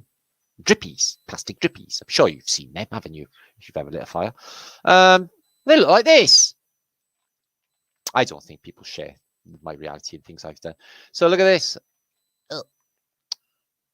Bit of the classical world, completely and utterly mud flooded in the fucking woods somewhere. So I'm guessing it could be a mausoleum of some sort, but the fact still remains. It's a bit of Rome, Phoenicia, in the middle of a woods somewhere. Or buried in the mud. So, natural geological formation or an actual pyramid, because it looks like it's too acute angled and it looks like it's a pyramid, and it's got even like lines of like stonework, etc. So I think a lot of these mountains that are pyramidical are possibly pyramids. So this is interesting. These are from the Scottish castles that got vitrified. Some say it was a comet that destroyed the world, but that was in the first millennium AD, apparently, which I say don't exist. But I do say that there is evidence of vitrification all over the Sahara Desert. You see beads of melted sand, which turn into glass, which were found on the headset of Tutankhamun's maskage. But all over Scotland and Northern Europe as well, places in Scandinavia have evidence of vitrification, which is melted stone and brick. Castles which have been melted, vitrification, like this. Stone which was being heated, superheated, and bubbled. And you see this evidence in places like the Indus Valley. That looks like a face by there. Nose and eyes. And looks like it melted over it. Indus Valley civilization, exactly the same. Entire civilization melted. You see the same vitrification of the forts there as well. So I thought this was an interesting painting, and I'm trying to work out what's going on. First, I thought it was an eclipse, but that's not the case, is it? Because there's no umbra. So what are we looking at? It's a black sun, isn't it? Anybody? Anybody? What do you think that is? It's like it's a lamp lighting up the city in the sky, isn't it? Almost. Isn't it? Crazy. Sorry, my chat feed's gone off. So I've got a few more things to show you guys. It's getting on for 12 o'clock. I've been going 3 hours now, but we have got a little bit more to show you. And I haven't done my universal shoutage to all you fine people. No. I'm not quite done yet. But it's getting late. So this is in a site in Turkey. We have shown you many, many times. But again, it's, you know, the classical world, which is excellent evidence of it completely covered in mud, because there's the classical world actually completely covered in mud. Mud flood. I don't know what to say about it, except for it was Phoenician, 2 angels posing with horns of life. I don't know what material this is. It looks like pink marble. The reason I pulled it up or downloaded the image, because it's exquisite artwork, piece. And I'm not sure what's going on with it. It's obviously some sort of vase. Absolutely beautiful. Absolutely beautiful color. Looks quite transparent by there. So the Phoenicians, they definitely loved high quality stuff. This is just a screenshot of a map that was on a wall in a sort of mosque, if you like, in Persia. And they have a sort of map of the world, but it shows, very interestingly, a giant lake where the Sahara Desert is, a giant island where Atlantis is meant to be, and a giant sea land there in what is the Amazon, which is now a rainforest. And here, where we show you that depression in what is Mongolia, is a huge lake as well. And up here, circled, they show you 4 land masses above Asia, Hyperborean. But isn't that intriguing, where they show you Atlantis and the inundated world there? Look at that, guys. Isn't that incredible? Flooded world. So yeah, I wish I could know more about that map. It was just a screen save, and I was like, whoa. I don't think anybody, you know, nobody posted it for the map. It's just like managed to catch my eye. I thought, holy fuck. Look at this.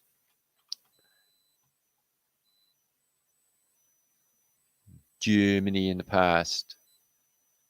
Look at the world that went before us, guys. Well, why were boys supposed to wear short pants? He hasn't got shoes on, this kid. Up until a certain age, and then you just get longer trousers. Who introduced that shit? I mean, look at this. 2021, 2022, 2023, a quaint 2. Yeah, I know. Next year is going to be interesting, but they're definitely, you know, not going to be caught. They got like basically tickets selling for Glastonbury, Reading, and Leeds festivals in Britain. So they're going on with these festivals, but that's for the people who have been obeying. Yeah. Right. So this is some sort of development, and I'm guessing they've planted. But the weird thing about this is obviously from above, is it has perfect golden ratio, and not only with the perfect golden ratio, it's literally showing fractal geometry inside, and it looks like there's greenhouses here and like paths going around. So I would say this is some sort of like project of gardening, if you like, in some sort of swamp area. But for the same token, how the hell did they manage to get it down with such precision? How could they do the golden ratio? The sake, you know, it's beyond me. And it's happened. They did it. It's just like fucks my head up. They must have followed ancient lines that were there already. It's all I can think of. Amazing.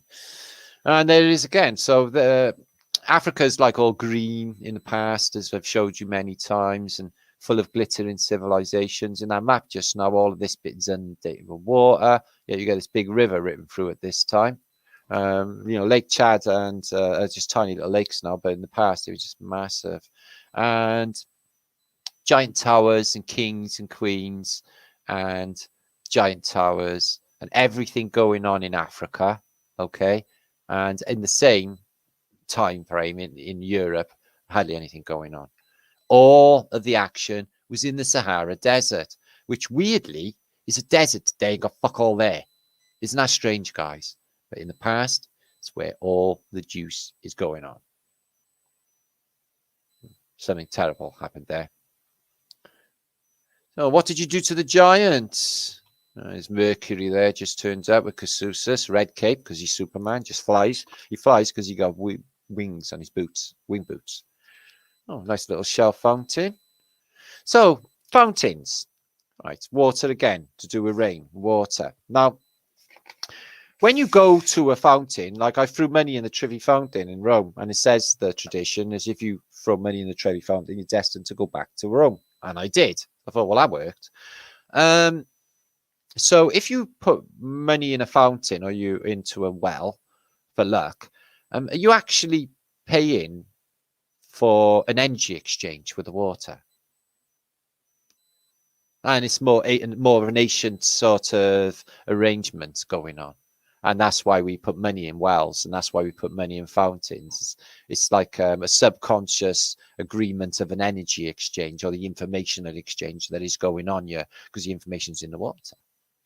I think it might be. I'm thinking about it. I think that is definitely the case. So the robots of the past, the Victorians went crazy on robots. Whether they really were automated as much as the pictures would sort of suggest is difficult to determine. But look at this spooky little girl made of metal. You know, they're building automatons in the Victorian era. They're obsessed with the dead. They're obsessed with spiritualism. And they're all dressed in black, all look like they're mourning, like they're replacing their husbands, and everything seems to be in such a terrible fucking state. What happened is these are post-reset survivors, and these are arrivals. They don't know nothing about the world that went before them, just like we don't. Just like we don't. We're just learning.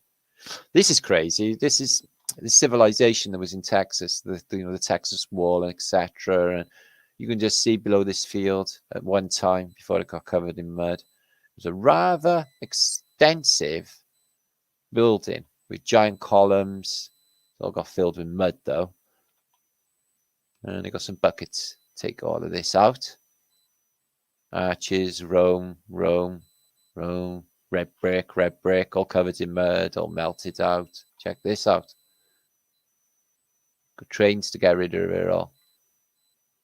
There would have been a plaque there, but they got rid of that. They don't want to let you know all of this is supposed to be happening. All this antiquity all over America and Mesoamerica. This one's Rome before the mud got dug out in the 1930s. As you can see, some of it is still there, 30 foot or so high. And Mussolini ordered a lot of people to remove it all in later years. There you are, you see Rome moving the mud, getting all the pillars out there, showing them. Because before the 1930s, Rome was not happening. There was nothing going on. It was just a load of old shitty ruins. So the mud was truly there this high. There's the mud this high. It's the secondary window. And when all our mud comes out, it will expose all of these lower windows and doors. So they removed loads and loads of mud from antiquity. Here, just near the Colosseum, look at the state of that. Digging all the mud out of Rome. Up until the 1930s, it looked like that. Just a fucking wreck. So I don't know if this has been photoshopped. I can't really tell. But, you know, this place here in Naples, apparently in the past, has got this Roman date. And they've added an M. They've added an M, a millennium on this. Which is, if that is authentic, then they're fucking with the calendars and adding 1,000 years. Besides that, the size of the arches. Woof. The door. Who knows? Bubbles. Maybe they were getting round in bubbles. You see a lot of it in alchemical depictions. Like this is, I guess, a stained glass window, but the sproggage is for sure blowing bubbles. Well, I wonder what washing up liquid they had. The Phoenicians, you see them in a few of their alchemical stuff or their Renaissance pictures. You see bubbles in a shell. But bubbles happen naturally as well in the sea. I get that, guys. But still, you see Cheddar Banuskis holding, oh, he's got his foot on a skull. I told you they weren't very nice. Holding a orb or a bubble. We see Christ holding bubbles as well, don't we? Or is it an orb? Or are they bubbles? Or are they just glass orbs? I think they're bubbles. Here is a Chinese emperor bringing in, this is a fantastic brass work, by the way. Look at that helmet. He's bringing in to his ruler a sacred crystal ball, or is it representative of a bubble? Hugo Hieronymus Bosch as well. He has sort of, again, the idea of a bubble vehicle. Get in with the owl. Again with a bubble vehicle, which we already seen earlier on. That lady. So look at this Phoenician crazy bastard. So this is a statue in a pack. So I'm guessing it's a chick, but it doesn't really look like. It's built like Tutantess. And this is the way they think of humanity. They want to stamp on the face of humanity forever. They want to drag us around by our hair. Okay, like this. Wow, look at that picture outside a mausoleum. Tell me, are these rulers that rule us, are they nice? This is how they think of us, guys. Just drag us around by our fucking hair. That's psycho. That's a psycho horror film, that is. Some Venetians for you. What about this? It's a lady naked lying in what looks like a dungeon or the bottom of a pit. And there's this mirror there floating around, all illuminated, like that Phoenician mirror. Is it a sort of camera? Like CCTV. You see it all over depictions. I've even seen it on Michelangelo's Last Supper. There's some sort of camera in the background. What about this? So it's a graphene molecule there. Okay. You see the atomic structure there anyway. And you got it on the dollar bill. Like nearly exactly the same on the dollar bill. What does it mean? I'm not actually sure. Oh, so this tree, is that his nose? No, it's not his nose, is it? It's his trunk. It's got a trunk. It's an ellie tree, elephant tree. A bit rude.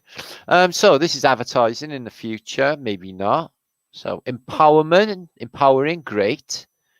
Peace, I love that. Not sure about the I bit, love.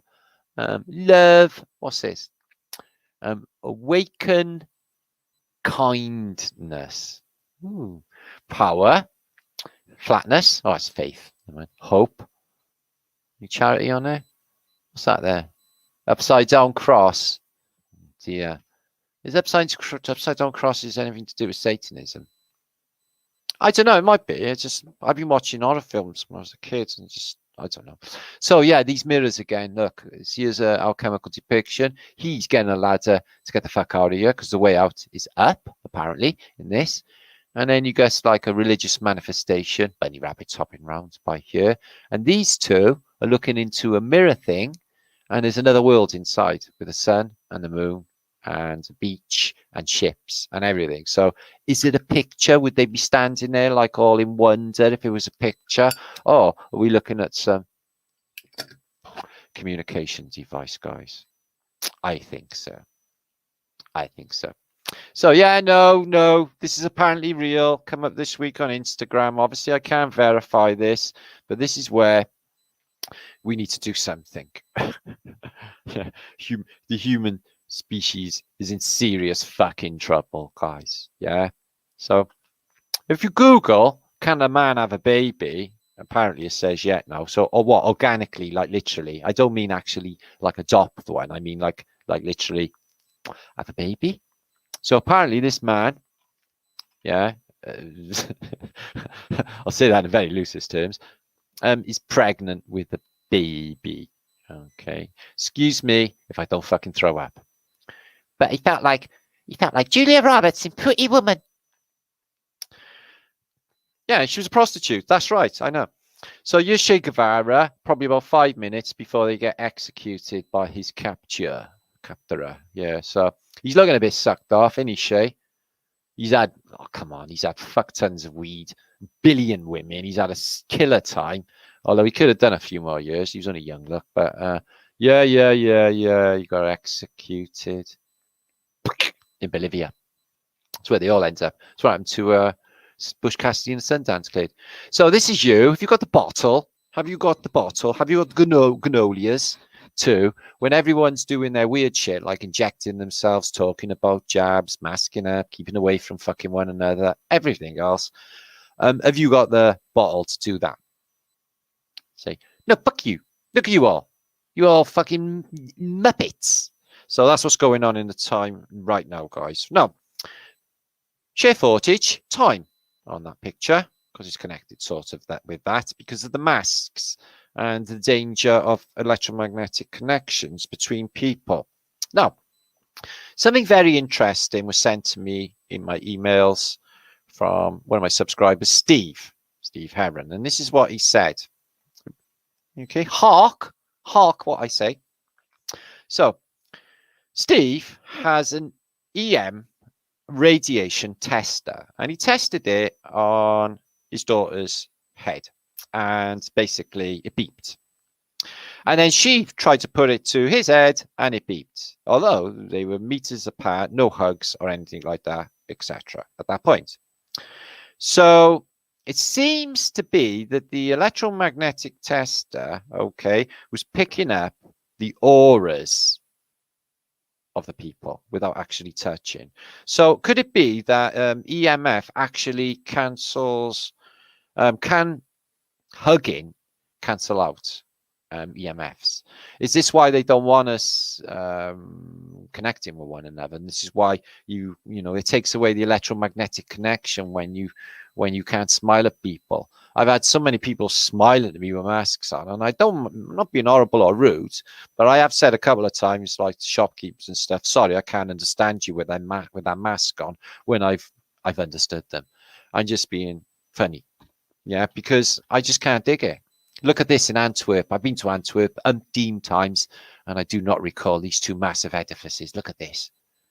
I love Antwerp. I used to go there all the time. Yeah, go visit the Skipperstraat. I'm glad you don't know what that is. So, mud flood. What am I going to do about my car? I got to get to work. I don't know, mate. Get a shovel if I was you. So, yeah, they happen in the real day. Landslides, mud floodage, and just bury your car. Happens all the time. So, here's some photographs. He looks familiar. Like I know him. Of Phoenicians. Supposed to be thousands of years old. We see them in Pompeii and other places, they say. But they're like photorealistic. You have even like the film on their eyes. I really do feel that some of these are some sort of photographic impression. 2,000-year-old, my ass. What happened to entropy and all the rest of it? Now, quick little tale for you, local history, something I'm connected with. It's a gravestone there of Mohammed Hassan Matan. Okay, husbands of Laura, father of David, Omar, and Merrill, killed in injustice. So the score is here, right? And the reason I'm mentioning it, right, is because Laura here was a friend of my ex-wife, and they lived a street away in Cardiff. And they executed him. They hung him in Cardiff jail in 1950s. There was a woman, a Lily. She got killed. And, you know, it's Cardiff based. It don't take too much in the imagination to see what kind of woman she was. And it was nothing to do with him. So the racist white coppers at the time threw the book at him, literally hung him without, like, you know, a kangaroo court. And they hung him. And then he found out after the time that he was completely innocent because he was a Somali in Cardiff and that, you know. And so, yeah, they hung him because he was black, basically, guys. And his family, his wife, Laura, she was illegal. She was a white girl. They was lovely people. They lived up in Sevenoaks Road. It was crazy. And yeah, they murdered him. They killed him. September the 2nd, 3 days ago it was, they killed him in 1953, I think it was. Oh, look, David Bailey Squirrel. Squirrel, is this you? Taking some snaps of a lovely blue tit. And he's like, you do it now. I've set it. I'm going to get on the word. You do it for me. So literally, guys, when you're not looking in the forest, stuff like this goes on. Did you know that? Yeah, I know. So I wonder if this is the reason they put the wall around this rock. What do you think? You're like, ooh, I just stubbed my toe on the way to the bathroom. You know, when you stub your toe in the middle of the night on the way to the bathroom, nothing worse is there. Yeah, looks like that's the face when you stub your toe in the night on the bed. Yeah. Does your chewing gum lose its flavor on the bedpost overnight? Checked out for a butterfly. Yeah, is that a monarch? I don't know what it is. Imagine it landing on your face, like flapping its wings and stuff, because it likes you, not because it's trying to suck your brains or anything. That was this week posted. I think that's a real butterfly. Anybody? Is that real? God, I hope so. It's mad, isn't it? Imagine a moth flying in your face that big. Oh, I'd love it. I love moths. They're fluffy. As long as you don't kill them, they go dusty. Anyway, so producing rain by electricity and X-rays. So there's more evidence of aerostatic balloons influencing and making rain. So they could make it rain in the Sahara and all these deserts and save the world and make everybody live in nice, lovely climates now. But they don't. It's deliberate. They're doing it on purpose. They're breaking this world. Check this dude. Yeah. Shout out my barber. Yeah. How's that done? How's that done? Yeah. That's fucking cool, man. That makes you want to join the Taliban. Not really. I'm just saying that is fucking cool. Yeah. So it's got like a square head, a block, isn't it? It's killing it. It's killing it. Nah, I'm joking. That's terrible, mate. I'll go back and fucking get your money back or something. I'll get him and just redo it. So this is trippy. Trip you out here, guys. Forgive me when I wrote this. No, I was tripping when I wrote this. Forgive me if I go astray. No, anyway. So, New World, 1986. So we all know Princess, the sign, okay, is heavily Tavistock. But check these lyrics here. Yeah. New World, when the sharpest vibration saves you from obliteration. The intelligence of your bed reacts, recovering you head to toe with air-filled sack. When the lines blur, everyone, boy and girl, how are we going to make it to the brave new world? Question mark. Love for one another, new world, love for one another. Now listen to the next bit. When you want to find some isolation, but the tracker you got from a vaccination keeps playing. How the fuck, guys? Tracker in 1996, but the tracker you got from the vaccination. Goes on. There's more. 1999. On a magical rope of silicone, and it goes on down here, and it says, leave that blood alone. Don't you know that dead blood kills interferons, making the immune system victim to whereupon any known virus can boot up and log in? How the fuck in 1999 or whenever he made this, 1999 was about 1984, he did that, wasn't it? Yeah, look at this. You can bet that they're chilling in Babylon. Yeah. Yeah, Club Tropicano's drinks are fucking 3, all right, because that's where they all are. That's where he is now. He did his job. He told us. This is a part of their thing. They want to tell us while they're doing it. No, this is cool. I dig bats. So advice from a bat. Trust your senses. So don't go with science like, oh, it's counterintuitive. I know, oh no, it doesn't feel like we're spinning incalculable speeds. I know it feels like you're still. I know it's counterintuitive. Quantum mechanics. I know it's counterintuitive. That's what they tell you. Fuck them. Go with your senses, your God-given senses and intuition. Spend time just hanging around with friends. Yeah. Get a grip. Yeah. Enjoy the nightlife. Yeah. Sometimes you just gotta wing it, like all the time. Guana happens. No shit. Flat Earth crisps. Garlic and herb fields. So they're out now. You're gonna score a Flat Earth crippage from Fanland cheddar or garlic and herbage. You can sit there quite happily munching away on a Flat Earth crisp. I think that's a jolly good thing. Me doing whatever the fuck I want. Cultural narratives, social pressure. Yeah, that's us. That's us. Me doing what the fuck I want. And what I want to do is bring everyone together and have a brilliant, brilliant, happy existence. Live in the now, fuck all the bullshit, and save everybody. There's no organ system in the body that is not affected by sound. Music and vibration. You can look at disease as a form of disharmony. I totally agree with that. Okay. Dis-ease is dis-ease. You're not at ease anymore. You know, they can do this shit with electromagnetic radiation, vibrations. They make people ill by the television and just bad news in general. You know, the best thing we can do is keep the fuck away from them. And don't even look at them. Don't give them any energy. Simple as. 885, you still watching? Flat thumbs. Thank you for popping by on an epic Flatterday. Got a little bit more to go. We're looking at 3 hours, 20 minutes of Flat Earth Britishness. Ain't you sick of me? Yeah. Don't you want to go home? Anyway, it's great for you. Yeah. May as well carry on for a bit.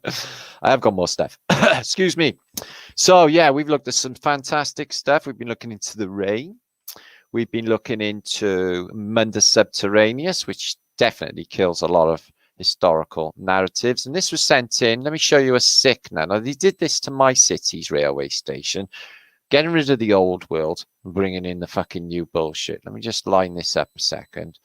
And that will be my last bit for today. Now, remember, there's only a few tickets left. If you do want to go to the Flat Earth British Conference, I do suggest you get a ticket in the next day or so, because they're going to go like today, probably, if I'm honest with you. So after this event, and like I said, I'll be doing another event there next, and I'm going to work on some sort of bigger event. Okay, guys, you know, if I get a 2-day event, 1,000 people, something like that, I was thinking. Okay, so this one, you know, it's been a learning curve for myself in India. It's been now we're sort of getting it. It's not as easy as you might think. It's a lot of bits to think about. Okay, last bit, the demolition of antiquity. Okay, so getting rid of Tatari. I'm going to show you a couple of his examples. Sickening, but you can see what they're up to. Okay, so let me just share screen a second, if you will allow. Okay, this was sent in from Germany this week. And the guy gave me a nice little, you know, to show you the transformations, which I'll show you now. So here it is, turn of the century, in this German city I've never heard of, which is Hertungonbusch, or no, It's not H, is it? Is that B? Yeah, it is. Hertungenbusch, right? It's got a fantastic railway station in the past, fully kitted out with antiquitech. You know, the wrought iron, the towers, the vanes, all of it. And then boom. So later on, when you get to like, well, I guess it's 1960s, is they put another one in its place, and it's gone downhill a bit, hasn't it? It was fantastic before, wasn't it? Let's have a little reminder. Okay, it's gone downhill a bit. And then it's gone down a bit more in modern day. So from that to that to that. Yeah, I know, guys. And they did exactly the same with my city in Cardiff. We had a fantastic main station called Queen Street Station, and they put in basically a porto cabin. So yeah, this is the size of the antiquity of the past. They don't want to leave this stuff hanging around too much. Okay, and that was demolished 1887. And as we know, the Waldorf Astoria, cracking little picture because it shows you lower levels down here. So they knocked that down on a corner of 33rd and Madison, 33rd. And then they put the Empire State Building in its footprint, and they moved the Astoria elsewhere. So that was demolished 1929 to make way for the Empire State Building. Fully kitted out. Tesla lived in here. Other people famous have lived in there. And it is just the most unbelievable steam-powered antiquitech building. I've seen interior plans of the Astoria, and it's just it's a machine. It's just a mind-blowing thing. Cincinnati Library, demolished 1955. Why? What to do with all the books anyway? Cincinnati's got amazing secrets in architecture. So this one's Vienna, demolished 1950s. All of that. Got to ask yourself why, guys. Roxy Theatre, New York, demolished 1960s. Check that out for quality. Maybe people are going to ask, how did they get the marble columns in later on, eh? Single section marble columns. Took there on horseback. Corinthian tops. This is the classical world. In your face. All the elites all got that classical art and then paintings from what that guy, or that newspaper article I read. They got it. They got it all. They're just rubbing it in your faces. You're looking at like these things, and they're the real article from the old world, which is America. Demolished 1963, Penn Street Station, as you know, fantastic architecture there. Chicago Federal Building, 1965. She looks mud flooded. Monster building. Why would they knock it down? You'd think that they grab hold of antiquity and be proud of it, wouldn't they? But no. So, Costizy Hall, England, destroyed 1925. Why? Look at that one. I've seen this before. It's part of an exposition that was there in Rio de Janeiro. Demolished 1976. It's just crazy big, isn't it? Beautiful. Why? A great synagogue in Nuremberg. Well, I don't think it. Oh, no, it's before the war. Got destroyed. Is that in Kristallnacht? Night of the Long Knives. Nice portal. I don't know why I'm laughing. It's not funny. Just... Ministry of Finance, Budapest, destroyed in the World War II. Let's have a look at it. Nice fountain outside. Chuck a penny in there. Energy exchange. Pay for the information. Definitely, we are manifesting this. That could be right about the surf. Fits so well. It could be us doing that. You know, guys. We get a week, it goes down. This is Newcastle. I know it says Newmarket House there, but I know this toilet is there in the modern day. It's Newcastle upon Tyne. And it's a big public toilet below ground level. This there today. Oh, well, it says Newcastle. Detroit. Look at this. 1960. Mud flooded. That big red granity stuff. An owl theatre. See these everywhere, these owls. Exactly the same style. Nearly every city will go one of them, I can guarantee you. Lithuanian destroyed in World War II. Well, that makes sense. I don't think anything in Lithuania fared well in World War II. As for Estonia, either. As demolished. Oh, yeah, that's that evil, spooky thing in Paris. The cabaret. Demolished 1950. Looks like a bit of cancellation going on there, guys. See that? Yeah, a really strange old building this is. It's all like evil monsters and a devil's face to go in through. 1950. Spooky old thing. And Minneapolis, 1960. Look at that for a house. Why do they have some massive houses? How many fucking people in their family? Like say, oh, the Madrid destroyed 1936.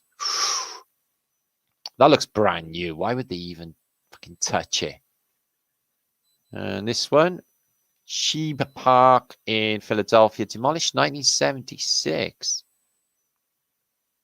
Oh, and shortly after 1909. Look at the size of this thing. I wonder what it was for. Basketball, maybe. Not basketball, baseball. University Ann Arbor, Michigan. 1950, demolished. Well, the size of that one. Portland Hotel, Portland, Oregon, demolished. That's Portland, Oregon. You sure that's not the West End of London? You sure this is not Glasgow? Portland? Jesus. You got Masonette's the same as Britain. Well, you did have. They got knocked down in 1951. Belfast. Beautiful. Look at that. Lovely building there. And this thing's gone, is it? Yeah, beautiful city, Belfast. If I'm honest, I've been there a couple of times. I really love the people. I love the place. Anyway, I'm coming back. Yeah, shame about all that, isn't it? So, nearly 900 of you watching. I'm going to give a few of you a shout, and then I'm going to be diving off. Anything pressing happens this week, I will come back on the Tarian channel. Until then, hopefully next Saturday, we'll have loads of footage to show you of the convention. Okay? Next week. Gotta be talking for 3 hours. I just spilled all my coffee out down in front of me as well. Anyway, Spirit Woman, you grew up in Portland, beautiful Tartarian city. Another city that got wiped out in a fire and then just miraculously springs up again. Beautiful architecture. David Jones, thank you for coming by. Ooh, Cheryl Bailey, my favourite witchy woman. Truth Seeker. Capalocious. Good to see my friend Didge. Space Raider. Great show. Thanks, Space Raider. Kind of quickly. I like saying quickly. It's like squiggly. Chris Duggan. Great show. Oh, glad you enjoyed it. Have a great weekend as well to you, Deanne. Thank you. Joy. I thought I said Joy Division then. It was J. Dickinson. Matt Moore on tour. Oh, it's good you're on tour, Matt. Can you stay on tour, my brother? Fat thumbs to you. Kathleen, good to see you. Damien G. Had a full complete rainbow here a couple of days ago. Oh, cool. Love a rainbow. They're completely circle, by the way. You're going to see how they live in the midst. I see Portland now. You should see Portland now. Oh, yeah. Oh, it's full of COVIDiots. Everywhere it is. Oh, you got a name like Bell. Calvin Bell. So it's Hot Bell. You got a Hot Bell there, Calv. Wonder how many Calvins it is. Heather Hatch. Loved every minute. Oh, good. Rebecca Madis. So remember, every time you think about a raindrop, think about that freaky shit it does before it's ground. You never think about a raindrop in the same way again. Truth Seeker, thank you. Capus. Oh, let me move on up. Dallas Fowler's in the house. Tatarian McTwisted. Tartan McTwisted. The best they can build today is Rabbit Hutch. It's just shit. It's all corrugated iron. It's just, I see that architecture and just like, oh, wow, what they took us away from. It's going to be a great time. It is. You won't miss anything. Okay, I will stream all and I will record all. Okay, even if I got to get somebody to just walk around with a camera, filming me, filming it as well. That would be actually good. Like a documentary, existentially. Decat, good to see you, sweetness. Man, Poi. Zalage in the house, I see. Oh, dolphin. Oh, what's that? Let's have a bit of Dolphin Square. Don't know that one. Thanks for playing Drifter. Reborn from Ash. Good name. Old Soul from Anatolia, who grew up in, you did say earlier, was it Mexico or something? But I thought you were from Anatolia. Issa, good to see you, Mindset. They knew something about these structures. No shit, they're devices, machines. Have a look at the interior if you can bring it up. Of the Dakota. It's just like crazy. You wouldn't believe it. And the floors that go below it, massive steam engines, all sorts going on. So Moxie, good to see you, my brother. Jian, good to see you. Curved water, mind blown. Oh, there was loads of juicy mind blown bits. Now you know that they dug it all out, guys. You know, they can't like say that they dug the Suez Canal when I just showed you that it was there fucking 250 years previous to that. Can they? No, that's right. Okay. I like undoing historical bullshit. It gives me an enormous sense of well-being. Fred Johnson, out of spite. Well, a little bit. You know, I'm not spiteful though, but they have really fucking pissed me off. Murdered all my family, they did, by the way. That's not while I'm just trying to smash the whole of, you know, their bullshit. But, you know, there's a bit of a connection there. Richard, good to see you. Ken, Isabella, Alva Beely, Wayo, good to see you. Corin, 7, Ontario, Sasquatch, good to see you. It's mud flooded, all right. Trees are right, love. Trees fell off. My Brian fell out, guys. My Brian fell out. It's getting late now anyway. I've been talking for like 3.5 hours. Curvy water, right. If you are in chat now, lurking, 700, nearly 800 of you, go into chat now. Say ta-ra to Martin, okay? Because we're going to have a party next week. I'm sure a load of you excited to see how all of this pans out, in you? And what's going to be happening? Can't wait. So, Michael Joshua Lewis, sketches. Big love, Glenn. And Kenworth, Tartan again, Kishnuggergershon, Mr. Future History. Even my little Padunk town has signs of mud flood. Listen, little tiny towns I've made anywhere. It's just crazy. The whole world was mud flooded. And that's it. Nowhere escaped there. Windhammer. They demolished such beautiful buildings. It's just a crying shame, I know. So Richard's there. Right, let me scroll through. Karen's there. Good to see you. Huggage. Hugs to Lawrence. Yeah, he was a bit upset about that pigeon. He tried all his best. He's a lovely person trying to save that pigeon, but we couldn't leave it out in the street to get fucking battered and ripped apart by cats. I couldn't, anyway. So yeah, we tried to care for it. Never made it to mine. It was stiff. I think I had an heart attack. I was going like that on his head, and every time I went like that on the head, I streamed it on Instagram. His head kept going back like that. You know, he was going. So I thought, don't go. I would have so loved for it to just got better and flown in the morning and then come and visit me because he knew he was cool. Yeah. We called it Ether. Anyway, it's my own fault for getting attached to fucking birds and bringing them in from the street. Carol Quigley, Matthew. My son, he's like Wildlife on One. He's got a rabbit, pigeon, all saved from the streets. Max. I'm sure the creator watches him and knows how kind he is. Brian Evans, Kerry, all of you. They watch all the good deeds that we do. It's all weighed up at the end, guys. I definitely think there's some sort of judgment, if you like. I definitely do. Have a fun talk. Good to see you. Love you too. Good to see you. Flat. Captain Flat Pills. Mady Jean. Good to see you. So I haven't got a clue. By the time I finish these vlogs, I haven't got a clue what I've said. I tried to look for time to watch some of it back. Just trying to see what the fuck was I on about. Hi, George. What's happening, my brother? Matt. Right, let me scroll through. Mathis is you. Wayo, I said. Carol Costello. Good to see you. Red Admiral. Michael Joshua, I said that. Anybody else? Quickly. Chunk Man's you. Vienna. Eddie Fox. Oh, there's Eddie Fox with the dread edges. Pretty dread edges. And you've got dreadlocks as well, haven't you? Have you got dreadlocks, Jenny? Just a photograph you the other day looked like you had locks in. Brian Evans. Enochian janitor. Oh, I love that. I'm Enochian. PJ, good to see you. Oh, if that is a thing. Yeah, I think it is.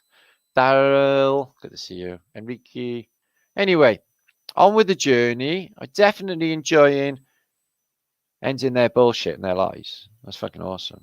Okay, and lifting the vibration together seems to be just the most amazing thing there ever is. So, going on that, the important convention is upon us. Okay, only a week away or less. I will be there and catch up with a load of you on Friday. Okay, so make sure you're not doing anything in America land and Australia and everywhere else. Make sure to keep an eye on Flatbush because I'll be streaming this. Okay, and I'm recording and everything, and other people will be too. Okay, Lisa's here. Lisa Hartwell. I popped you Rock Mountain. I wish I could be there the festival. Oh, I'm sorry, Lisa. Shit, I know. Try and get the Flattoberfest or whatever. But this new app, David Weiss is doing now. I'll give you a little beep blue dot of any flat earthers that are around, so you can go and hook up spliffages and stuff. Be fucking wicked. CNN, good to see you. Anyway, you groovy guys, I gotta get going. My Brian's hurting now. My voice is like rattled. My Brian, it's horrible. Anyway, thanks, Mel Graham, Monica, lovely, Isabella, and Matt Poyman. Good to see you. Anyway, guys, have a great week. And I'll keep you all obviously updated. Keep an eye on my community page. Keep an eye on my Instagram. Keep an eye on my Facebook. You can see them linked below. Get on them. I'm always on them. There's loads going on. Okay, it's not just all on YouTube. I got other stuff going on. Rhodes Atlas. Anyway, thanks for bringing your love and your energy to one place, guys. Making it magical. Okay, this is you guys doing this as well. Happy? Okay, we had fun. Anyway, triple flat firms, quad flat firms to infinity. Forever and ever. Okay, I gotta go. See you very soon, right, guys? Have a lovely week, and I'll see you very soon. Live Friday. Make sure to make it a date. See you soon.